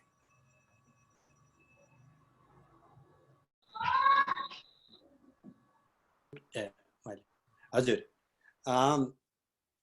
अब सही प्रश्न हो। हाम्रा जमानामा सिद्धहरू नभएका होइनन्, तर हामीले सिद्धिलाई चाहिँ लगेर त्यसलाई अर्थोपार्जन गरौँला कि भन्ने चाहिँ म त्यो पहिल्यैबाट म त्यसलाई चाहिँ नि त्यति सम्भावना देख्दिनँ। किनभने सिद्ध व्यक्तिहरूमा समाजमा ठुलो नाम कमाम अनि अलिकति धन पनि जम्मा गरौँ भन्ने प्रवृत्ति नहुने रहेछ। त्यो अवस्था आउँदै गरेपछि त्यसपट्टिबाट उहाँहरूमा स्वतः त्यो अटोमेटिक विरक्ति हुने रहेछ। अब यसलाई कतिसम्म मैले रेकर्डमा बोल्ने भन्ने मात्रै कुरा हो। मैले यहाँका कक्षाका विद्यार्थीहरूसँग त खुलस्त रूपमा चाहिँ कुरा गर्छु। मैले जीवनमा पहिलो भेटेको सिद्ध व्यक्ति भनेको चाहिँ नि प्रेमचेतन ब्रह्मचारी हुनुहुन्थ्यो। ती चाहिँ नि बसेर काठमाडौँ उहाँले चाहिँ पढाउनु भएको हो। त्यो धोबी खोला त्यो चाहिँ नि के अहिले सिनेमा हल छ त्यहाँ नजिकै चाहिँ उहाँको कोठा थियो। अब उहाँलाई चिन्ने, उहाँ त बित्नु भएको 25 वर्ष भन्दा लागिसक्यो, तर उहाँलाई चिन्ने व्यक्तिहरू अहिले पनि समाजमा प्रशस्तै छन् र उहाँका चाहिँ नि उहाँले दिएका सिद्धि आशीर्वादहरूको अनुभव गर्ने कुनै त्यो जामुनको बाजुको पाला जानुपर्ने होइन। मैले अर्को सिद्ध महापुरुष व्यक्ति चाहिँ भेटेको भनेको खप्तड बाबा हो। उहाँले नै मलाई यो वैज्ञानिक चिन्तनका हिसाबले जानुपर्छ, यतापट्टि चिन्तन गर भनेर प्रेरित गर्नुभएको हो। मैले खप्तड बाबाको प्रशस्त सङ्गत गर्ने मौका पाएँ। उहाँ चाहिँ काठमाडौँ आएका बेलामा खप्तडमै गएर चाहिँ नि सिक्ने चाहिँ नि मैले हिम्मत पनि गरेन, मौका पनि पाइनँ। र उहाँसँग कस्ता किसिमका सिद्धि थिए त वास्तवमा भनेर सोध्नुभयो भने कतिपय खप्तड बाबालाई भेटेका मान्छेहरू त तपाईँले चिन्नु पनि होला। मलाई उहाँले अब यो प्रसङ्गै भन्नुपर्ने हुन्छ, उहाँले चाहिँ नि मलाई प्रश्नोत्तरको लागि समय दिनुहुन्थ्यो, एक्लै बसेर प्रश्न गर्न समय दिनुहुन्थ्यो र धेरै पटक चाहिँ नि मैले प्रश्न नसोधिकन, प्रश्न भनेर जुन दिन जे मन लाग्छ होइन, एकदम पर्टिकुलर चाहिँ कुनै विषयभित्रका कुनै किताबभित्रका प्रश्नहरू यतिसम्म कि त्यो किताबको सूत्र चाहिँ नि यो सूत्रपछि कुन सूत्र आउँछ त्यस्ता किसिमका प्रश्नहरू पनि, त्यस्ता प्रश्नहरू मेरो दिमागमा आउँदाखेरि मैले त्यसको प्रश्न नराख्दै उहाँले चाहिँ नि त्यो प्रश्नका जवाफहरू दिएर यी कुराहरू चाहिँ नि हुने कुराहरू हुन्, तर यी कुराहरूलाई चाहिँ नि हुनलाई एकदम विषम परिस्थिति छ। अहिले मान्छेले धेरै वर्ष चाहिँ नि ध्यानमा केन्द्रित नगरिकन ती चाहिँ नि अनुभवमा ल्याउन सक्दैन भनेर साक्षात् आफूलाई प्रत्यक्ष अनुभव भएको कि यो चाहिँ हुने रहेछ मान्छेको भन्ने कुरो चाहिँ नि मलाई छ। तर हामीहरू तन्त्रलाई चाहिँ नि ठुलो सिद्धि भयो बाहिर देखाउन सक्ने चाहिँ नि भएन भनेदेखि त अरू त के काम भयो र यसको भन्ने भएन। हेर्नुहोस् अहिले जस्तो मैले चाहिँ नि दुईटा कग्निटिभ साइन्टिस्टसँगै बसेर एउटा प्यानल गरिराखेका थिएँ 5-6 वर्ष जति पहिला, ठुलो कन्फरेन्स थियो। अनि उहाँहरूले चाहिँ के भन्नुभयो भने कन्फरेन्समा चाहिँ उहाँहरूको पेपरमा दिमागमा चाहिँ एउटा विचार प्रवाह हुन्छ, अर्को विचार प्रवाह चाहिँ सुसुप्त भएर पछाडि बसेको हुनसक्छ, तपाईँको चाहिँ नि त्यो सबकन्सियसमा गएर बसेको हुनसक्छ, एउटा विचार प्रवाह मात्रै हुन्छ भनेर उहाँले चाहिँ अरू विचारको श्रृङ्खला एकैचोटि चलिराखेका हुँदैन भन्ने कुराहरू राख्नुभयो। मैले भने म त नि मसँग 6 विचारका श्रृङ्खला एकैचोटि चाहिँ प्रभावित भइरहेको हुन्छ भन्दाखेरि त्यो चाहिँ नि रङ हो, त्यही भएर तैँले भनेको कुरो चाहिँ नि सत्य छैन भन्नुभयो। मैले भने म 20 वर्षदेखि चाहिँ नि कमसेकम 25 वर्षदेखि यो अभ्यास गरेर हाम्रो जुन भिजुअलाइजेसन हुन्छ त्यसमा हामी लेयरिङ गर्छौँ। एउटा चाहिँ नि जस्तो यो यन्त्र भयो, यन्त्रमाथि चाहिँ नि देवता राखे, देवतामाथि चाहिँ नि आयुधहरू राखे, त्यसमाथि चाहिँ नि त्यहाँ बीज मन्त्रहरू राखे र अनि म जब गरिरहेको छु, मैले त्यो शब्द साउन्ड सुनिरहेको छु। म चाहिँ नि 6वटा प्रोसेसिङ एकैचोटि गरिरहेको छु। तपाईँले चाहिँ हुँदैन भन्दैमा हुन्छ, तपाईँले आफ्नो चाहिँ नि विज्ञानको दायरा चाहिँ नि बढाउनु पर्यो भन्दाखेरि हामीले अब सबैले चाहिँ नि त्यसलाई प्रयोग गर्न सक्दैनौँ भन्ने कुरा आयो। अब तपाईँले प्रयोग गर्न सक्नु हुँदैन भनेर त्यो साइन्स गलत त हुँदैन। सबै मान्छे चाहिँ नि मार्समा रकेट लैजान सक्दैनन् भन्दैमा मार्स भन्ने कहाँ छ र? त्यो चाहिँ अमेरिकनहरूलाई मात्रै हो मार्स भन्ने, हाम्रो लागि त मार्स छैन भन्ने कुरो त हुँदैन। किनभने कसैले गर्न सक्छ भनेदेखि छनु त छैन, अरूले गर्न सक्दैनन् भनेदेखि उनीहरूले योग्यता बनाउनु पर्यो। जस्तो हामी साइन्सको सेक्टरमा चाहिँ भनिदिन्छौँ, अब यो 20औं वर्ष ल्याबमा 50औं वर्ष ल्याबमा एक्सपेरिमेन्ट गरेर अनि एउटा सानो किसिमको चाहिँ कुनै नयाँ केमिकल निक्लियो भनेदेखि ठुलो उत्पाद भइहाल्छ, नोबेल प्राइज पाउँछ। अब यो चिन्तनपट्टि चाहिँ लगेर यो चित्तको शक्ति के हो, हाम्रो चेतनाको शक्ति के हो, भौगोलिक भौतिक चिजहरू पदार्थहरूको जति चाहिँ शक्ति ऊर्जा हुन्छ त्यस्तै गरी हामीहरूको चाहिँ नि चिन्तन शक्ति हुन्छ। त्यो चिन्तन शक्तिले इच्छा शक्ति हुन्छ, त्यो ज्ञान शक्ति हुन्छ। त्यो ज्ञान शक्तिले चाहिँ नि क्रिया शक्तिलाई कति चाहिँ परिवर्तित गर्ने हो, कति प्रभावित पार्ने हो, त्यो किसिमको चिन्तन हामीले त्यसलाई कहाँ सिद्ध गर्न सक्छौँ र भन्ने कुरा होइन। यसको तत्काल प्रभाव चाहिँ नि तपाईँको मानसिक रूपमा परिहाल्छ हेर्नुहोस्। अनि अहिले संसार चाहिँ भोकले मात्रै भन्दा पनि मानसिक चिन्तनले बढी ग्रस्त छ। पूर्वीय जगत भन्दा पनि चाहिँ नि तपाईँको पाश्चात्य जगतको कुरो गर्ने हो भने अब हामीहरूमा जति भोकको चिन्तन छ त्यति चाहिँ अमेरिकामा भोकको चिन्तन नहोला।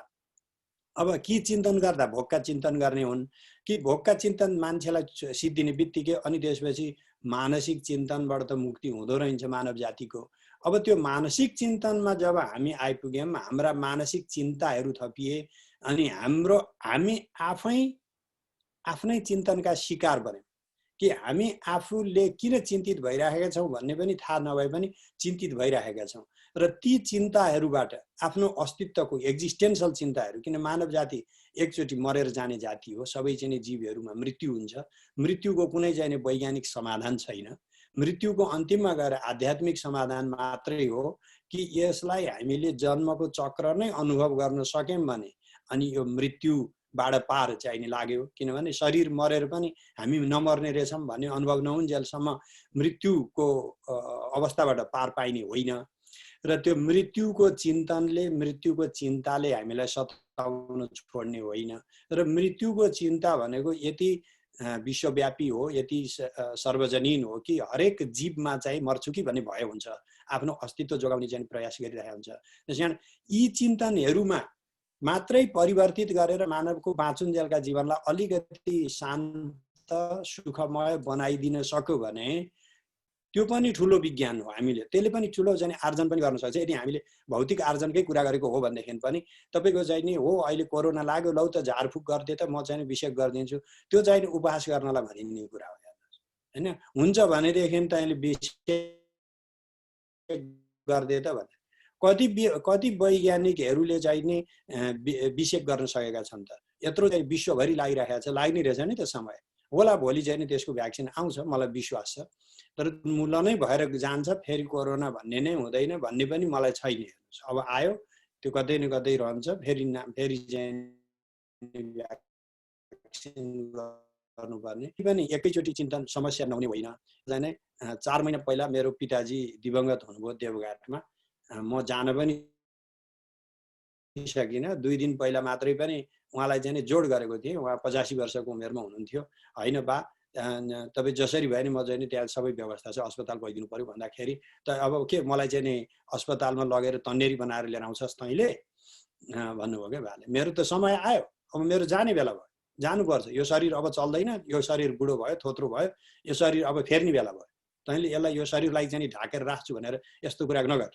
अब मलाई जान दे, त आउन सक्दैनस् भने नआ, तर मलाई चाहिँ जानलाई तैँले हुँदैन भनेर रोक्ने कुरो होइन। जानी चाहिँ सबै जान्छ।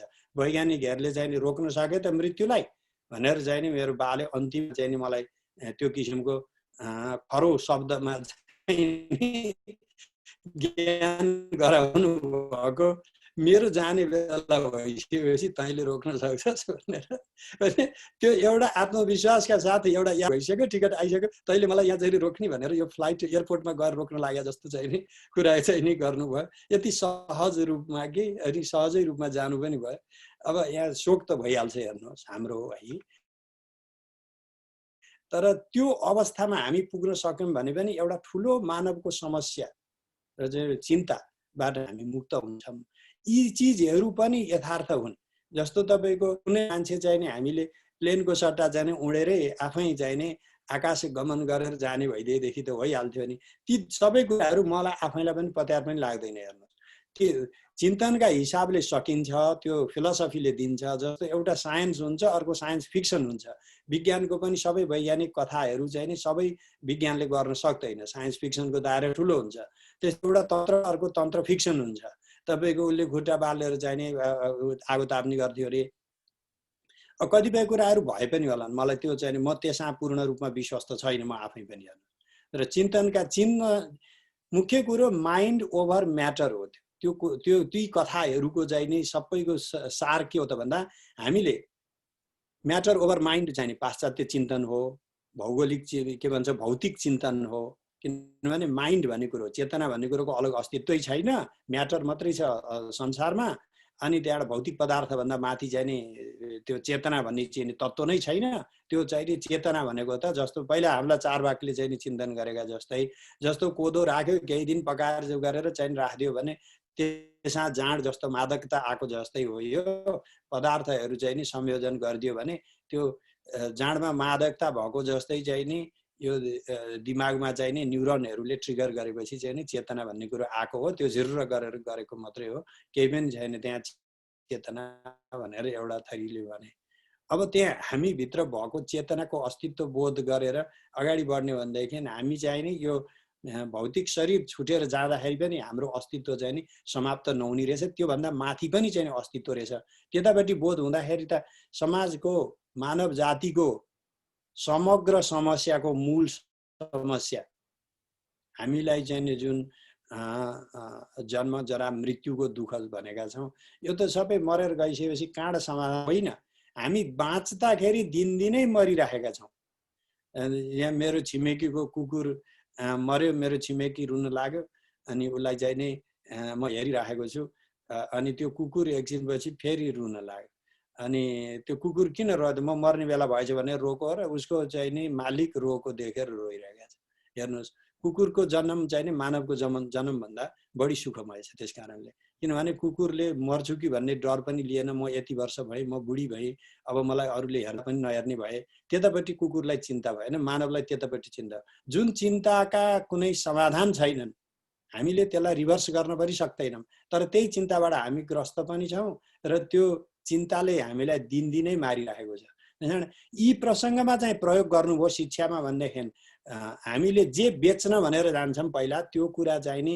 हाम्रो हातमा हुनु पर्यो कमोडिटी हुनु पर्यो त्यस कारण ल अब हामी त चाहिँ नि यो आकाश गमन नै गर्ने सिद्धि चाहिँ नि अलोप लोप हुने अदृश्य हुने सिद्धि चाहिँ नि त्यस्तो भाका चाहिँ नि विधाहरू त्यसलाई नकारेको पनि छैन मैले यो त हुँदै नहुने कुरा भनेको पनि छैन तर त्यो अहिले हुन सक्दैन अहिले त्यतापट्टि भन्दा हाम्रा चाहिँ नि जुन यो किसिमका अस्तित्वका चाहिँ नि सङ्कटहरू हुन् त्यो सङ्कटबाट मुक्त गर्नलाई मनोविज्ञानमा चाहिँ नि विकसित गर्ने गरी मानवको मनोदार्ढ्यका लागि त्यो किसिमका चाहिँ नि चिन्तनबाट काम लाग्छ त्यसकारण हामीले त्यसलाई चाहिँ नि शिक्षा दिनुपर्ने जरुरत यो हो भनेर त्यतापट्टि चाहिँ नि लाग्नु भयो भने त्यो डेलिभर गर्न सक्ने भनौँ न आज मैले बेच्न भनेर गएँ भोलि किन्ने मान्छे आइदियो उसले किन्दाखेरि त्यहाँदेखि चित्त बुझाएन बेचेका कुरा भन्दाखेरि उसले हामीलाई ठग भनिदिन्छ त्यसकारण हामी कहिल्यै पनि ठगीमा नपर्ने गलत धन्दा हुँदैन त्यसपछि किन दिन सक्ने कुरा भयो यो चाहिँ अहिले त्यही भएर पाश्चात्य जगतले किन लिन चाहन्छ यो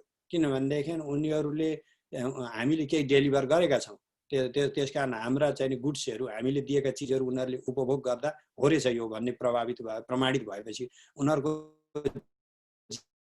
जीवनमा त्यसले चाहिँ नि सकारात्मक किसिमको चाहिँ प्रभाव पार्न थालिसकेपछि अनि त्यसपछि चाहिँ नि त्यसलाई स्वीकारेका मात्रै हुन् जस्तो अब युसी सेन्डिएगोमा चाहिँ तपाईँको यहाँको विश्वविद्यालयको जुन के भन्छ मेडिकल डिपार्टमेन्टमा चाहिने हामीहरूको कुण्डलिनी सम्बन्धी चिन्तन गर्ने मान्छे छन्। तपाईँको डेभिड स्याननहोप खाल्सा, डेभिड खाल्सा भनेर चाहिँ नि गुगल गर्नुभयो भने उहाँले लेखेका 100वटा चाहिँ लेखहरू, कतिवटा 20वटा किताबहरू जहाँ कि उहाँले कुण्डलिनीको ध्यानका माध्यमबाट चाहिँ नि डायबिटिजदेखिका अनेक रोगहरू कसरी चाहिँ नि निको गर्न सकिन्छ भनेर लेखेको चाहिँ यहाँको युसी स्यान डिएगो, युनिभर्सिटी अफ क्यालिफोर्निया स्यान डिएगोमा चाहिँ नि डेभिड खाल्सा भनेर लेख्ने, अब गोरा मान्छे सिख धर्म अनुयायी गर्नुभएको हुनाले खाल्सा भन्नुभयो। डेभिड खाल्साले लेखेको चाहिँ नि उहाँले पढाएर पनि बसिरहनु भएको छ, विज्ञान विभागमा चाहिँ नि तपाईँको चिकित्सा विभागमा चाहिँ नि उहाँ काम पनि गरिराख्नु भएको छ। अब हाम्रो सोच्नुहोस् त तपाईँको टिचिङ उसमा चाहिँ नि मेडिकल कलेजमा चाहिँ नि अब यो हाम्रो कुण्डलिनी ध्यान पनि राखिदिनु पर्यो, तपाईँहरूले चाहिँ नि उपचारको विभागमा भनेर एकचोटि कोसिस गर्नुहोस् न। अनि त्यसपछि कति उपहास हुँदो रहेछ। अनि हामी चाहिँ पूर्वीय चिन्तक हम कि अमेरिका चाहिँ पूर्वीय चिन्तक हो भन्ने त्यहाँबाट चाहिँ नि कुरो हुन्छ। किनभने हामी आफ्ना चिन्तनहरूलाई यसलाई पनि चाहिँ नि वैज्ञानिक रूपले समायोजन गर्नुहोस् त भन्ने हो भनेदेखि हामी चाहिँ हास्यका पात्र हुन्छौँ। मलाई अहिलेसम्म मैले चाहिँ नि गफका प्रसङ्गमा कुरा गर्छु, यति दुःख पाएँ। अनि समाजले यो त तान्त्रिक, मेरो नामै तान्त्रिक भयो, तान्त्रिक केही फरक परेन मलाई भाइ साथीभाइले भनेर। तर त्यो उहाँहरूले त्यो नाम बोलाउँदाखेरि चाहिँ नि एउटा मनोरञ्जन, एउटा उपहास, यसले त पढेको विषयले चाहिँ नि हामीले यसलाई उपहास गर्न पाइन्छ भन्ने पो त्यसमा पो परिणत भयो। हामीहरूको चाहिँ नि धारणा र एटिच्युड चाहिँ नि गलत भयो। आफ्ना कुराहरूमाथि गर्व गर्न सक्ने हामीमा क्षमता रहेन। नेपालबाट धेरै चाहिँ नि तन्त्रका विकास भए। कतिपय काश्मीरी चिन्तनहरू तपाईँको अहिले कश्मीरमा सिद्धियो, नेपालमा छन् बाँकी। कतिपय चाहिँ जुन मन्दिरहरू त्यसका रिचुअलहरू हुन् ती चाहिँ नि बङ्गालमा सिद्धियो, औपनिवेशिक अनेक कारणहरूले सिद्धियो, नेपालमा बाँकी छन्। तर अब हामी त्यो चाहिँ नि तपाईँको त्यत्रो जर्मनले चाहिँ रिसर्च सेन्टर गरेर लाखौँ किताबहरू उनीहरूले चाहिँ स्क्यान गरेर राखेका छन्। अब ती किताबहरू त छन् नि कमसेकम इतिहासको साक्षी। आज जाँदाखेरि अब त्यो जामुन गुबाजु नै भेटिनुपर्ने भन्ने भएन। अब यी मान्छेहरू जुन पहिलाका तन्त्रका प्रयोक्ताहरू हुनुहुन्थ्यो उहाँहरूले लेखेर राखेका कुराहरू त्यसलाई पढ्ने र त्यसलाई अनुसन्धान गरिदिने मानव पनि भएन। अब त्यहाँ अब त्यसको लागि पनि हामीले चाहिँ क्यालिफोर्निया नै आउनुपर्ने अवस्था भयो। त्यो चाहिँ अलिकति दुःखप्रद कुरा। हस् त सर, अर्को प्रश्न।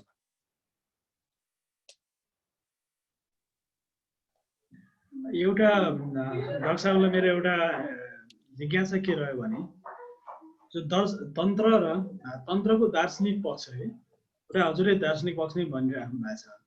तन्त्रको प्रयोगात्मक पक्ष र दार्शनिक पक्षको भिन्नता के यसमा नेपालमा भएको अहिलेसम्मको अभ्यास चाहिँ यो दार्शनिक पक्षको र प्रयोगात्मक पक्षको जति पनि प्रयोगहरू छन् यसको भिन्नता चाहिँ कहाँ भेटिन्छ डाक्टर साहब? हामीहरूको के रह्यो भने प्रयोग चाहिँ हामीहरूले गर्न चाहने त्यो दर्शन भन्ने बित्तिकै सिद्धान्त आउँथ्यो। कुन सिद्धान्तका आधारमा के अब्जेक्टिभ व्याख्या गरिन्थ्यो। अनि मलाई चाहिँ नि विद्यानाथ गुरुले पनि तैँले दर्शनपट्टि बढी काम गरिस्, यतापट्टि प्रयोगपट्टि चाहिँ नि कम काम गरिस् भनेर भन्नुहुन्छ। तर अहिले मैले आफ्नो प्रयोग यति गरेँ र मलाई चाहिँ नि यस्तो साक्षात्कार भयो भन्ने कुराहरू त्यसलाई बाहिर भनेर पनि खास फरक पर्दैन। मलाई साक्षात्कार भएको र मलाई अनुभव भएको मलाई नै हुने रहेछ। त्यो अनुभव अरूलाई मैले ठ्याक्कै दिन सक्ने अवस्था भइदिएको भए झ्याप्प गरेर बुद्धमा पनि चाहिँ गएर सम्झाउनै पर्यो, कसैलाई यत्तिकै उनीहरूले सम्झिनै पर्यो होइन। अर्काले चाहिँ झ्याप गरिदिएर दिने होइन रहेछ त्यो। तर त्यसको सिद्धान्त जुन छ, तर्कसङ्गत जुन चिन्तन छ, के कारणले त्यो दार्शनिक पक्षलाई चाहिँ पठन पाठनमा ल्याउन सजिलो छ। अब जुन त्यो प्रयोगात्मक कुराहरू हो त्यो प्रयोग पनि कुनै दार्शनिक सिद्धान्तमा आधारित छन्। त्यसमा हामीहरूको रिचुअल गर्ने मान्छेहरू चाहिँ भए, जात्रा मात्राहरू भए, अष्टमातृका नृत्य भयो, नवदुर्गा नृत्य भयो, यी सबै चाहिँ नि त्यो तन्त्रबाट चाहिँ नि बनाइएका हुन्। त्यो नाचहरू पनि अहिले चाहिँ एउटा अर्को सांस्कृतिक विचलनको प्रसङ्ग मैले जोडिदिउँ। मैले लास्टमा चाहिँ नि के हो त्यो इन्द्र जात्रा के प्रसङ्ग पर्यो 3 वर्ष पहिला नेपालमा हुँदा काठमाडौँमा त्यस्तै एउटा नाच भइरहेको बेलामा चाहिँ नि म पुगेँ, कुन चाहिँ डबलीमा थियो कुनै।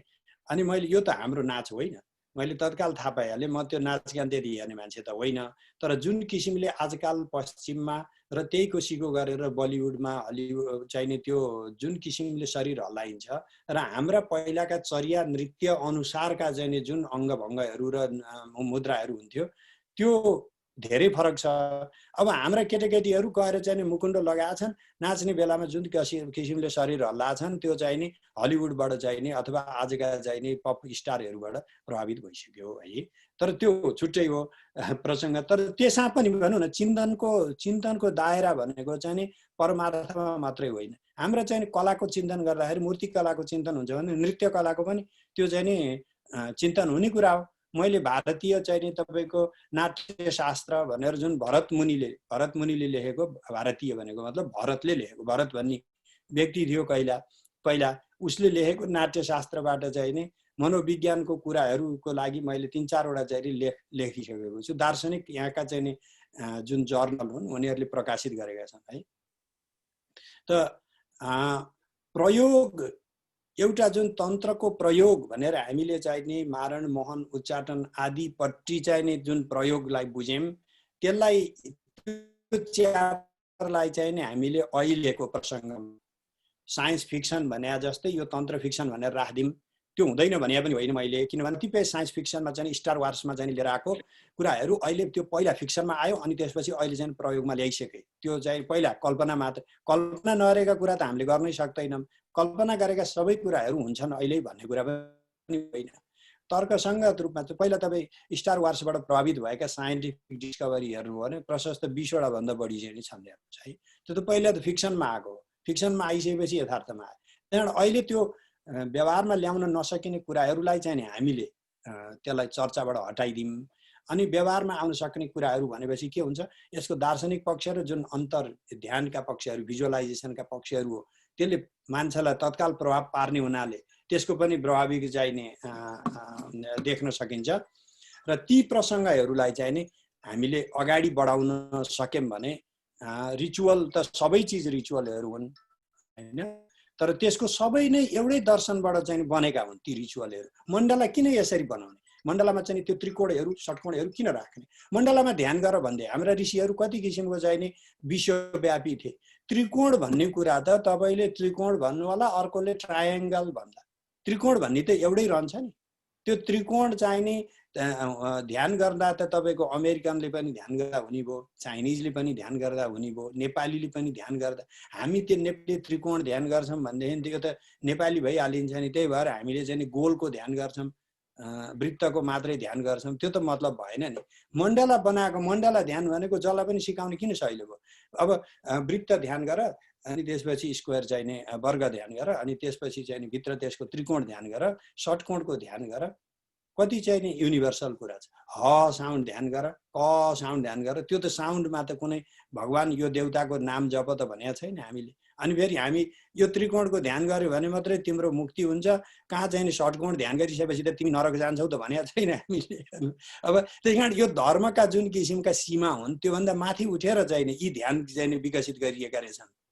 यति विश्वव्यापी किसिमले चिन्तन गर्ने, आजभन्दा 3000-4000 वर्ष पहिलाका चाहिँ नि ती पूर्वजहरू चाहिँ त्यत्रो विश्वव्यापी रूपमा चाहिँ नि चिन्तन गरेर जान सक्ने। अब आजको चाहिँ 21औं शताब्दीका मान्छेहरू हामी चाहिँ नि हाम्रा चिन्तनहरू त्यति विश्वव्यापी हुँदै पनि त्यसलाई पनि चाहिँ नि स्वीकार गर्न नसकेर कहाँ चाहिँ यो त्रिकोण बोक्नु भन्दा त बरु चाहिँ नि क्रस एउटा लगायो भने पो राम्रो हुन्छ भन्ने मलाई मान्छेहरू जुनसुकै धर्म लिउन् मलाई त्यहाँ त्यसमा कुनै आपत्ति छैन कि। तर हामीहरूले जुन विश्वव्यापी रूपमा चाहिँ नि चिन्तन दिएका हौँ त्यसलाई चाहिँ नि गलत बनाएर सङ्कीर्ण रूपमा चाहिँ नि हामीले चाहिँ नि आफैलाई पनि सङ्कीर्ण गऱ्यौँ र अरूको सङ्कीर्ण विचारहरूबाट हामी ग्रस्त पनि बन्दैछौँ। त्यो चाहिँ नि अरूले कोरोना नफैलाइदिए पनि आफ्नो मानसिक कोरोनाबाट चाहिँ हामी दास बनेका छौँ। त्यो चाहिँ नि त्यो रिचुअल र फिलोसफी त विश्वव्यापी कुरा हो, हामीले जहाँ पनि प्रयोग गराउन सक्छौँ। रिचुअल कुनै देशकालबाट चाहिँ नि बाँधिन सक्छ, कुन ठाउँमा कुन कालमा गर्ने, कुन समयमा गर्ने। अब नेपालमा टिका लगाइसक्यो यतिखेर, अब तपाईँले नलगाएर हुन्छ, दसैँको टिकाको साइत हेर्ने चलन थियो है। अब यहाँ चाहिँ तपाईँको तिथि अनुसारको गर्दाखेरि त यहाँ त अर्कै तिथि हुन्छ। हेर्नुहोस् किनभनेदेखि त्यो हाम्रो उहाँ चाहिँ नि भएको तिथि र यहाँको चन्द्रोदय सूर्योदय नै फरक किसिमले भएपछि यहाँको तिथि नै चाहिँ अब दृक पञ्चाङ्गको हिसाबले गर्दाखेरि फरक हुन्छ। त्यस कारणले यी रिचुअलहरू फरक हुन्छन्, तर चिन्तन यो यस कारणले यो ग्रहको यसरी प्रभाव हुन्छ, ती कुराहरूको चिन्तन फरक हुँदैन। हामीले त्यसकारण चिन्तनलाई बढी समेट्नु पर्यो। अनि कर्मकाण्डभित्र भएका दर्शन पक्षहरूलाई पनि अगाडि ल्याइदिनु पर्यो। त्यसले गर्दाखेरि हाम्रा जुन तर्क खोज्ने, कारण खोज्ने जुन जमात छ, नयाँ वर्ग छ, नयाँ पुस्ता छ, उनीहरूलाई चाहिँ नि यो कारण नखोज बाबु भनेर निरुत्साहित गर्नुभन्दा आफूले नै बरु त्यसको कारण खोजी गरेर र अनि त्यही कुराहरू कारण त छन्, तर हामीले चाहिँ नि कारण अहिले नजानेका मात्रै हौ। यत्र किताबहरू छन्, 20औं लाख चाहिँ नि किताबहरू चाहिँ नि स्क्यान भएका छ, ती कारणहरू व्याख्या गर्ने किताबहरू हामीले नपढेका मात्रै हौ भनेर बरु त्यसमा चाहिँ एउटा अनेस्ट किसिमको चाहिँ नि जवाफ दिनु पर्यो। Thank you. धन्यवाद डाक्टर साहब। हाम्रो तोयानाथ भट्टराई सरले गुरुले केही सोध्न चाहनु भएको छ, उहाँले आफै सोध्नु अनुरोध गर्दछु। तोयानाथ भट्टराई सर।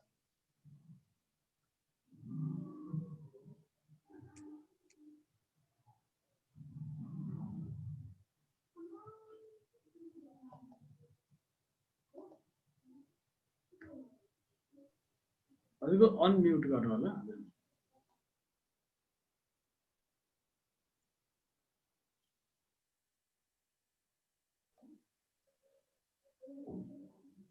हजुरको आवाज सुनिराखेको छैन गुरुजी।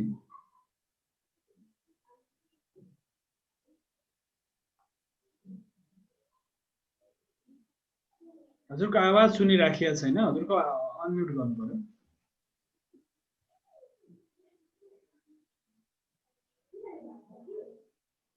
हजुरले आफैले गर्नुपर्ने हुन्छ।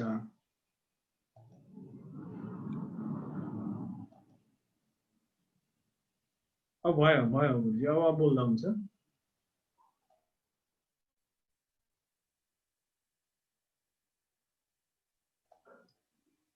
तोयानाथ भट्टराई सर, गुरुजी बोल्दा हुन्छ, हजुरको आवाज सुनिराखेको छैन। सुनिएन त। हजुर माइक्रोफोन हजुरले प्रयोग गर्नु भएको छ या हजुर आवाजै आइराखेको छैन। हाम्रो डाक्टर साहबलाई म हाम्रो अहिले आवाज सुनिराखेको छैन। उहाँको आवाज सुनिएन, हामी क्षमा प्रार्थी छौँ। हाम्रो प्रदीप राज शर्मा सर जो नेपाल शिक्षण परिषद कोषाध्यक्ष हुनुहुन्छ, उहाँले के अघिदेखि नै हात उठाइराख्नु भएको छ। म प्रदीप राज शर्मा सरलाई विशेष गरेर आफ्नो जिज्ञासा राख्नको लागि अनुरोध गर्छु। सबैलाई नमन। मैले यो हाम्रो जम्बूद्वीपीय सभ्यताको मौलिक कुन कुन चिजहरू छन्, यसमै हाम्रो चिन्तन बढी छ कि? जस्तो पूर्वीय कुरा गर्दा त हामी जापान, चीन पनि समेट्ने भयौँ।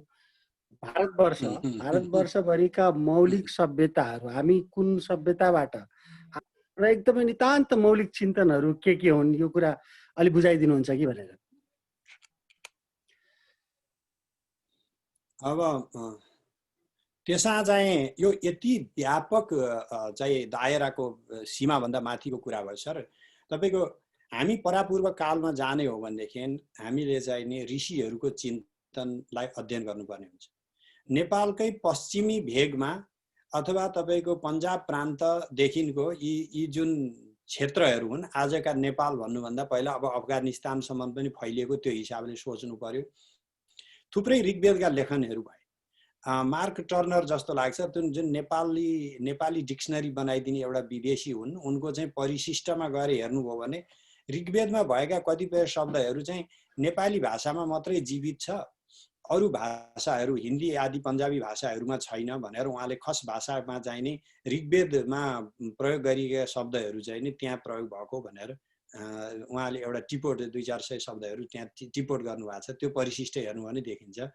अब ऋग्वेदमा चिन्तन भएको भन्ने बित्तिकै त कहाँको कुरो आयो भन्नु होला भने 1400 चाहिँ नि ईसा पूर्व चाहिँ त्यो पश्चिमाहरूले पनि मानेको हिसाब अनुसारको कुरा आयो।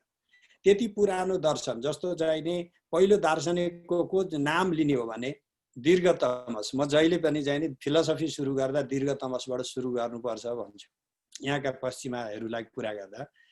अब दीर्घ तमसका चाहिँ सूक्तहरू छन्। अब यसो जुन हामीले कहिलेकाहीँ यतिकै सुनेका यहाँका कतिपय मान्छेहरूले पक्कै सुन्नु भएको छ, एकम सद विप्रा बहुधा वदन्ती, त्यो सत्य एउटै रहेछ, यसलाई अलग अलग किसिमले व्याख्या गर्ने रहेछ मान्छेहरूले। कसले भनेको त्यो? दीर्घ तमसले भनेको। कति पहिला? ईसाको 1400 वर्ष पहिला। अब यस्ता दार्शनिकहरूको मैले दीर्घ तमस भन्ने बित्तिकै के त्यो नामै कसैले पनि सुनेको छैन। हेर्नु, उनले त्यो एउटा वाक्य मात्रै बोलेका होइनन्, उनले लेखेका 1000 जति सूत्रहरू ऋग्वेदमा पाइन्छ। हेर्नुहोस् है, 700 जति सूत्रहरू चाहिँ ऋग्वेदमा पाइन्छ। सरी अलि बढी भने मैले। अब ती हरेक सूत्रमा चाहिँ पहेली जस्तो एउटा रिडल जस्तो चाहिँ छोडेर जानुभएको छ। पहिला पहिलाका चिन्तकहरूले रिडलमा चिन्तन गर्थे, अनि त्यसलाई धेरै ध्यान दिएर व्याख्या गरेर अनि मात्रै अर्थबोध हुन्थ्यो। हामीले चिन्तन त्यहाँबाट सुरु गर्नु पर्यो, दीर्घ तमसबाट सुरु गर्नु पर्यो। कहाँ हामी कपिल वस्तुको चाहिँ नाम लिन्छौँ, कपिलको चाहिँ नाम लिँदैनौँ। जुन कपिलले चाहिँ नि साङ्ख्य दर्शन सुरु गर्नुभयो होइन, त्यो कपिलको नाम लिनु सकेदेखि त अनि कपिलले बनाएको साङ्ख्य दर्शन पनि थाहा हुन्थ्यो नि हामीलाई। अनि त्यसपछि अब कतिपय तपाईँको उहरू चाहिँ नि व्यासको कुरा गर्छौँ। अब व्यास भाष्य छ योग सूत्रमा। अब हामीले चाहिँ नि योगको चाहिँ नि योग सूत्रको दार्शनिक जुन किताब हो त्यसको चाहिँ नि कुरा गर्दैन। म अहिले योग सूत्र पढाइरहेको छु विश्वविद्यालयमा, त्यही भएर मैले त्यसको नाम लिइहालेँ। अब त्यस्तै अब त्यही प्रसङ्गमा चाहिँ नि बुद्धको पनि कुरा आउला होइन। अनि महावीर पनि त्यति धेरै परका होइनन्। तपाईँको त्यो बिहारमा 100-200 किलोमिटर पर वरको चाहिँ नि कुरा हो। अब त्यसलाई अहिलेको सीमाको हिसाबले फेन्स लाइनको हिसाबले कुरो गर्ने भन्दाखेरि त फरक भयो है। यी फेन्स लाइनहरू चाहिँ नि वरपर भएका हामीलाई थाहा छ। हाम्रा पनि फेन्स लाइन उता चाहिँ नि झन्डै बेजिङसम्म पनि नपुगेको होइन है, अनि यो उता पर पनि नगएको होइन। यी फेन्स लाइनहरू भनेको चाहिँ नि अलि चिन्तकका लागि चाहिँ नि फेन्स लाइन होइनन्, राजकीय सत्ता गर्नेहरूका लागि फेन्स लाइनहरू हुन्। त्यहाँबाट अब जस्तो कपिलको कुरा गरेँ, मैले दीर्घ तमसदेखिको कुरा गरेँ।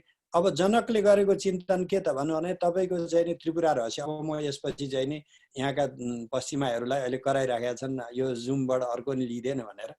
सायद 1 महिना जति पछि चाहिँ नि यो त्रिपुरा रहस्य भन्ने चाहिँ त्यो ग्रन्थलाई लिएर चर्चा गर्छु होला जस्तो लागिरहेको छ। अब माध्यम चाहिँ इङ्ग्लिस हुन्छ। यहाँहरूलाई हार्दिक स्वागत छ। म अब राजेन्द्र भाइलाई खबर दिन्छु त्यो अवश्य। अब त्यो निःशुल्क रूपमा जोइन गर्न पाइन्छ। हामी एकदम सहभागी हुन्छौँ। अनि अब जनककै चिन्तन हो त्यो। अब त्यसपछि त्यति मात्रै होइन, योग वासिष्ठभित्र पनि प्रशस्त चाहिँ नि जनकका चिन्तन त्यहाँ डायलगहरू जनककै चाहिँ नि चिन्तनहरू आउँछन्। त्यसबाहेक त्यो बृहद आरण्यक उपनिषद भनेको सम्पूर्ण चाहिँ नि तपाईँको उपनिषदको सबैभन्दा ठुलो उपनिषद हो त्यो, र दार्शनिक हिसाबले चाहिँ नि सबैभन्दा बढी महत्त्वपूर्ण चाहिँ नि उपनिषद हो त्यो। उपनिषद भनेको नै तपाईँको जनक र अनि अरू ऋषिहरू जस्तो याज्ञवल्क्य आदिसँग भएको संवाद हो। हामीले अब कि जनक पनि चाहिँ नि हाम्रो धरातलबाट बाहिरको मान्छे भन्नु पर्यो होइन भने त्यो जनकसँग भएको सम्पूर्ण संवादलाई त हाम्रो आफ्नो ऐतिहासिक हिसाबले चिन्तनको मूल पृष्ठभूमिको रूपमा लिएर अब त्यही जनक मात्रै पढेर बस्ने त मैले भनेको होइन।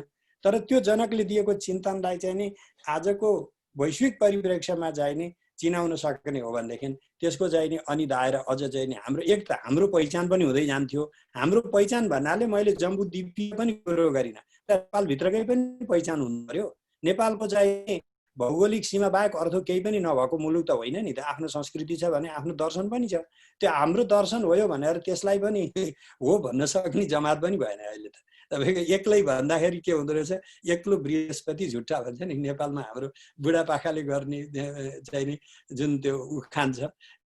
अब एक्लै भइदो रहेछ, अनि एक्लै भएपछि चाहिँ नि गरेका तैँले भनेको अनि प्रमाणित गरेर लेखेर राखिदिन्छु, अनि त्यसपछि अब झुट्टा चाहिँ हुँदैन है, म बल नपुगे मात्रै हो, एक्लै भए पनि झुट्टा चाहिँ बोले होइन भनेर अनि तपाईँको पियर रिभ्यू गरायो वर्यो अनि छपाइदियो, त्यो मात्रै भइरहेको छ। तर हाम्रो समाज चाहिँ नि त्यहाँसम्म पुगिदिएदेखि र अब त्यसमाथि जुन न्याय भयो, जुन किसिमले तर्कको विकास भयो, तपाईँको प्रशस्त नैयायिकहरू मिथिलाबाट चाहिँ जन्मिन्छ है।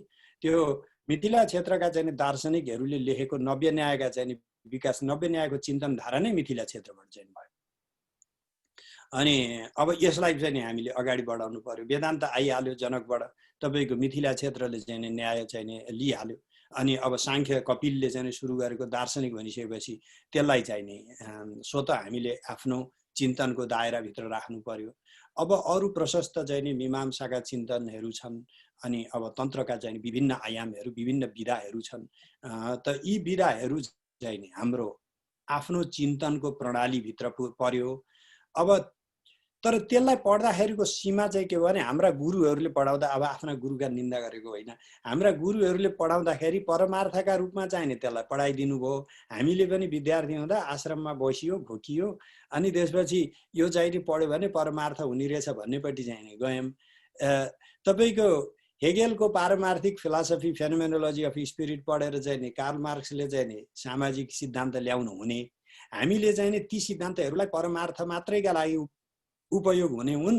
हाम्रो जीवनमा चाहिने विभिन्न जुन सोसल थ्योरीहरू छ, अब म्याक्स वेबरको सोसल थ्योरी कहाँबाट, उसको प्रोटेस्टेन्ट क्रिस्चियनिटीको चाहिँ अध्ययन गरेर प्रोटेस्टेन्टिनिजमबाट चाहिँ प्रभावित भएको त्यो सबै चाहिँ मान्छेहरूले प्रोटेस्टेन्ट क्यापिटलिस्ट विचारधाराबाट चाहिँ नि उसले चाहिँ नि लेखेको र मार्क्सियन चाहिँ चिन्तनहरूबाट उसले प्रभावित। अब तपाईँको प्रोटेस्टेन्टिजम त आयो नि त त्यहाँनिर कुरो गर्दा। हामी म्याक्स वेबरलाई चाहिँ विश्वव्यापी गरिदिन्छौँ, उसले चिन्तन गर्ने बित्तिकै चाहिँ ऊ चाहिँ समय र देशका चाहिँ नि सीमाबाट माथि जान्छ, ऊ चाहिँ चिन्तक बन्छ। हामीले चाहिँ नि आफ्नो चिन्तनहरू चाहिँ समाजको चिन्तनको प्रसङ्गमा नजोड्ने। अब यो त ध्यान गऱ्यो भने मुक्ति हुन्छ बाबु भने मुक्ति कसैले देखाएको कुरो पनि होइन।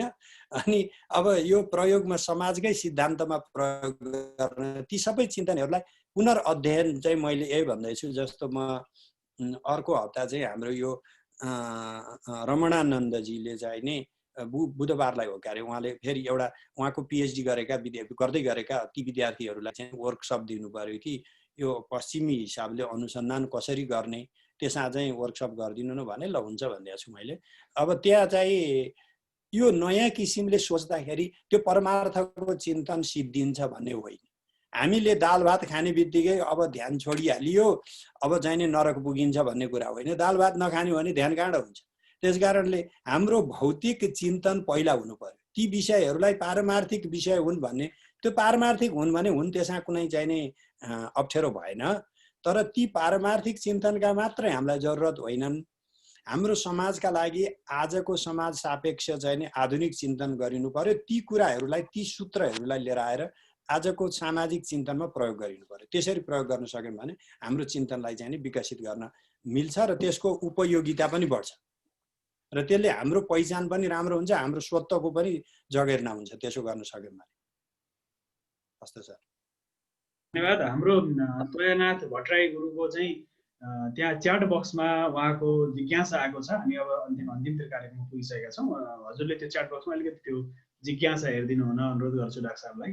अब बिस्तारै गरेर अर्को कार्यक्रम पनि सायद हजुरको सहभागिता छ भन्ने मैले जानकारी पाएँ। चैतन्य कृष्णजीले पनि हात उठाउनु भएको छ, सायद उहाँ कार्यक्रममा डाक्टर साहबलाई बोलाउनु होला। त्यो सानो गुरुदेव, मैले अलिकति निवेदन गरेँ। हामी श्रद्धेय स्थानेश्वर गुरुदेवलाई हामी 38-40 जना व्यक्तिहरू पर्खिएर बसिरहेछौँ यतातिर आधा घण्टादेखि। यतातिर भएका साथीहरू गुरुहरूलाई पनि बाँकी यताको चर्चालाई उतै आएर सुन्न सकिन्छ, किनभने यता हाम्रो पहिलेदेखि तयारी भएर समयमा प्रतीक्षा गरेर बसेका छौँ। अहिले प्रोफेसर डाक्टर विशाल सिटोला बोल्दै हुनुहुन्छ। मैले अनुरोध गरेँ। धन्यवाद चैतन्यजी। उहाँ डाक्टर साहबको हाम्रो तोयानाथ भट्टराई गुरुजीको जिज्ञासापछि हामी कार्यक्रमलाई बिस्तारै बिट मार्नेछौँ। धन्यवाद। त्यहाँ मलाई सुन्नुभएको छ होइन? त्यहाँ प्रश्न चाहिँ नि तोयानाथ भट्टराई सरले लेख्नु भएको रहेछ। include languages of mothers other than Nepali education. He did not explain how the present language policy is discriminatory though. Would the speakers like to comment on? अब यहाँ चाहिँ के भयो भने अब त्यो चाहिँ मलाई यो प्रश्नको जवाफ दिन नलगाउनुस्, किनभने अब यो नेपाल मैले भोगेको नेपाल हो। मेरो टाउको खत सम्झिन्छु मैले। हेरी यहाँ मेरो कटाइ चाहिँ अहिलेसम्म बाँकी छ। हाम्रो बाबुरामजीका चाहिँ चियाहरूले मलाई कक्षाभित्र अन्ततः तपाईँको हेरौँ राजनीति साजनीति भने कुटाइ खान्छ। त्यो नेताहरू कुटिएकोमा मलाई खासै त्यसमा छैन हेर्नुहोस्, किनभने त्यो क्षेत्रीय हो पहिल्यैदेखिको, उनीहरूको लडभिड गर्ने कुरा हो। मलाई चाहिँ नि कक्षामा अब त्यहाँ कक्षा बहिष्कार गर भन्ने रहेछ। मलाई प्राचार्यले पनि अब विद्यार्थी पढ्न चाहन्जेल तैँले पढाउनु पर्छ भने विद्यार्थीहरू पनि कहाँ गुरु चाहिने, हामी त पढ्ने हो नि, एउटाले बन्द भन्छ अर्कोले बन्द भन्छ, गुरुहरूलाई त कस्तो सहिलो नपढाउन पाइने भयो भनेर विद्यार्थीहरूले डायलग मारे गएर कक्षामा पढाएको। अब मलाई चाहिँ नि टाउको काटेको अहिलेसम्म म चाहिँ नि यहाँका विद्यार्थीहरूलाई त्यो एउटा देश छोड्नु पर्दाको मुटुको भकानो चाहिँ नि मैले खोल्छु हेर्नुहोस्, किनभने कक्षा कोठामा बेहोस भएको मान्छे हुँ म। त्यो 97 सालतिर चाहिँ नि त्यतिखेर कान्तिपुरदेखिको कुन कुन पत्रिका हो सबैले चाहिँ नि छापेको हो। मैले प्राध्यापक समूह गएपछि त्यसपछि चाहिँ नि मलाई प्रसङ्ग भयो, काम गरेँ। हामीहरूले ती किसिमका व्यक्तिहरू जसले तत्काल उत्तेजक कुरा गरिदिन्छन् त्यसका पछाडि लाग्ने बानी चाहिँ अहिले पनि छोडेका छैनौँ। हाम्रो नेपालीहरूको कमजोरी भनेको मुटु हो। हामीहरू दिमागले चिन्तन गर्ने जात होइन। हाम्रो नेपालीहरूको मुटु हुन्छ, दिमाग हुँदैन। सरी है, मैले अलि अतिशयोक्ति गरेँ। हामी भावनाले प्रेरित हुँदाखेरि एक त हामी अत्यन्त माया गर्छौँ हरूलाई, आफ्ना कुराहरू अत्यन्त प्रेमपूर्वक चाहिँ नि लिन्छौँ। अरू चाहिँ नि तत्काल उत्तेजित हुने किसिमका कुरा गर्दा त्यसलाई चाहिँ हामी परिशीलन गर्न सक्दैनौँ। त्यसैले यो मेरो विज्ञताभित्र, मेरो दायराभन्दा बाहिरको कुराको सर, किनभने यी मधेसी भाषा भनेको कुन चाहिँ मधेसी भाषा हो? सबै संस्कृतमूलक भाषा हो। उहाँले त्यो संस्कृत पढाइदिएदेखि अनि सबै नेपाली पनि मधेसी पनि सबै भाषाहरूको चाहिँ नि समावेश हुने भयो। अनि त्यसपछि केही चाहिँ नि जुन मङ्गोल भाषाहरूको लागि चाहिँ अलग माग गर्नुभएको भयो भनेदेखि चाहिँ नि अनि मैले बरु त्यसमा चाहिँ हो त मङ्गोल भाषाभाषीहरूको त खै त कुरो आएको भनिदिएँ। अब तपाईँको चाहिँ नि मैथिली, भोजपुरी र अनि नेपालीलाई चाहिँ नि अलग अलग हेर्ने भनेको चाहिँ त्यो भौगोलिक सीमाभित्रका केही तत्काल चाटुकारिता गरेर चाहिँ नि खाने प्रसङ्ग होला। कतिबेला चित्त दुख्ला मैले यस्तो कुरा गर्दा। त्यस कारण म यति मात्रै भन्छु। धन्यवाद डाक्टर साहबलाई। र हाम्रो राजेन्द्र तिमल सिन्हाज्यूको हात उठेको थियो केही प्रश्न, र हामी लगभग अन्त्यतिर आइसक्यौँ। अब कार्यक्रमको समापनतिर हामी जाँदैछौँ। अहिले अब अर्कोतिर पनि डाक्टर स्थानेश्वरले समय दिनुभएको कारणले गर्दाखेरि अहिले यता नलम्ब्याउँदा नै ठिक भयो, उतातिर धेरैजना पर्खिराख्नु भएको छ भन्ने हो। अब यो चाहिँ आज उद्घाटन मात्रै हो। अब हाम्रो यो छलफलको श्रृङ्खला पूर्वीय, पाश्चात्य आदि इत्यादि जारी राख्ने नै उहाँले पनि भन्नुभएको छ, र यहाँ मात्रै होइन उता पनि आफूले चलाउनेमा म समेट्छु भन्नुभएको छ। अब यो आज उद्घाटन भयो, यसलाई जारी राखौँ भन्दै मेरो भनाइ यही। अब विशेष गरेर त्यसो अब अनि त्यो अर्कोपट्टिको लागि मलाई चाहिँ नि कोड दिनुभएको छ। हजुर, सायद पठाउनु भएको होला उहाँले, चैतन्यजीले। चैतन्यजी यदि सुन्दै हुनुहुन्छ भने डाक्टर साहबलाई पठाइदिनु होला तपाईँको त्यहाँ जुम आइडी। अब हामी कार्यक्रम प्रत्यक्ष प्रसारणको माध्यमबाट युट्युब च्यानलमा हेर्नुहुने सम्पूर्ण मित्रहरू, साथसाथै फेसबुकको माध्यमबाट हेर्नुहुने सम्पूर्ण हाम्रा साथीहरू, आज हामीले असाध्य महत्त्वपूर्ण व्याख्यानमाला सुन्यौँ, र विशेष गरेर फेसबुकको माध्यमबाट र युट्युबमा पनि प्रत्यक्ष हेर्नुहुने सम्पूर्ण महानुभावहरू, हामीसँग आज तन्त्र साथसाथै वैदिक दर्शन साथसाथै पाश्चात्य दर्शनका साथसाथै विविध विषयमा लब्ध प्रतिष्ठित विद्वान प्राध्यापक डाक्टर थानेश्वर भट्टराई गुरुलाई हामीले सुन्यौँ, र उहाँको प्रसिद्धि आज यहाँ विश्वभरि नै छ। उहाँका जति पनि गुगलमा खोज्यौँ भने उहाँलाई हामीले प्रत्यक्ष भेट्न सक्छौँ। र साथसाथै आगामी दिनमा पनि हामी जोडिने नै छौँ आदरणीय दर्शक महानुभावहरू। अहिले भने अब यो कार्यक्रम हामी बिट मार्ने समयमा आइसकेका छौँ। कार्यक्रमलाई औपचारिक रूपमा धन्यवाद ज्ञापन गर्नुको लागि म डाक्टर रामकृष्ण तिमल सिन्हाज्यूलाई हार्दिक अनुरोध गर्न चाहन्छु। स्थानेश्वर तिमल सिन्हा भन्नुपर्ने। ठिक छ, धन्यवाद डाक्टर वासुदेव कृष्ण शास्त्रीज्यू। मैले आज धेरै कुरो भन्नुपर्ने छैन। आजका प्रस्तोता स्थानेश्वर तिमल सिन्हाज्यूलाई म विशेष नेपाल शिक्षण परिषदको तर्फबाट हार्दिक धन्यवाद दिन चाहन्छु। यो कार्यक्रममा जोडाइदिनु हुन सहयोग गर्नुहुने राजेन्द्र तिमल सिन्हाजीलाई पनि म विशेष धन्यवाद दिन चाहन्छु। आज प्रश्न राखेर तोयनाथ भट्टराई सर, प्रदीपराज शर्मा सर, वासुदेव कृष्ण शास्त्री सरले जुन झकझगाइदिनु भयो, त्यो झकझगाइले आज हामीलाई कस्तो भएको छ भने भर्खर श्री गणेश भयो उहाँसँगको वार्ता। अब भविष्यमा हामी उहाँलाई उत्खनन गर्नेछौँ विभिन्न प्रोग्रामको मार्फत, र उहाँबाट उत्खनन भएर आएको चिजहरू नेपाली समाज, नेपालका बुद्धिजीवीहरू तपाईँ हामी सबैले उपभोग गर्न पाउनेछौँ। अब आजको छोटो समयमा उहाँका धेरै विधाका अध्ययनका बारेमा हामीले धेरै कुरा भन्न पाएनौँ, सुन्न पाएनौँ। आगामी दिनमा हामी फेरि पनि जोडिनेछौँ।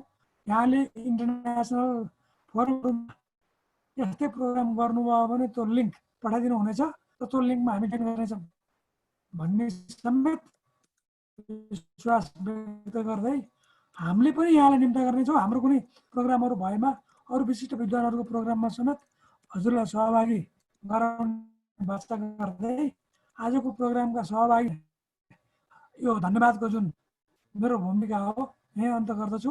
सम्पूर्ण व्यक्तित्वहरूलाई हार्दिक नमस्कार। धन्यवाद डाक्टर साहब। विशेष गरेर डाक्टर साहबलाई हार्दिक हार्दिक आह्वान र साह्रै बिहानको समय होला, ब्रह्म मुहुर्तको समय होला डाक्टर साहबको। हामी थानेश्वर डाक्टर साहबलाई हार्दिक आभार व्यक्त गर्न चाहन्छौँ। आइदिनु हो। अब यो कार्यक्रमलाई हामी यहीँ समापन घोषणा गर्दछौँ। अर्को लिङ्क गोविन्द निलमसँग छ होला, उहाँले जोड्नुहुन्छ होला कि? चैतन्य कृष्णजीले पठाउनु भएको लिङ्क हो। हो ल हस् त म यसैमा गएँ है त, म उतापट्टि गएँ है त हजुर।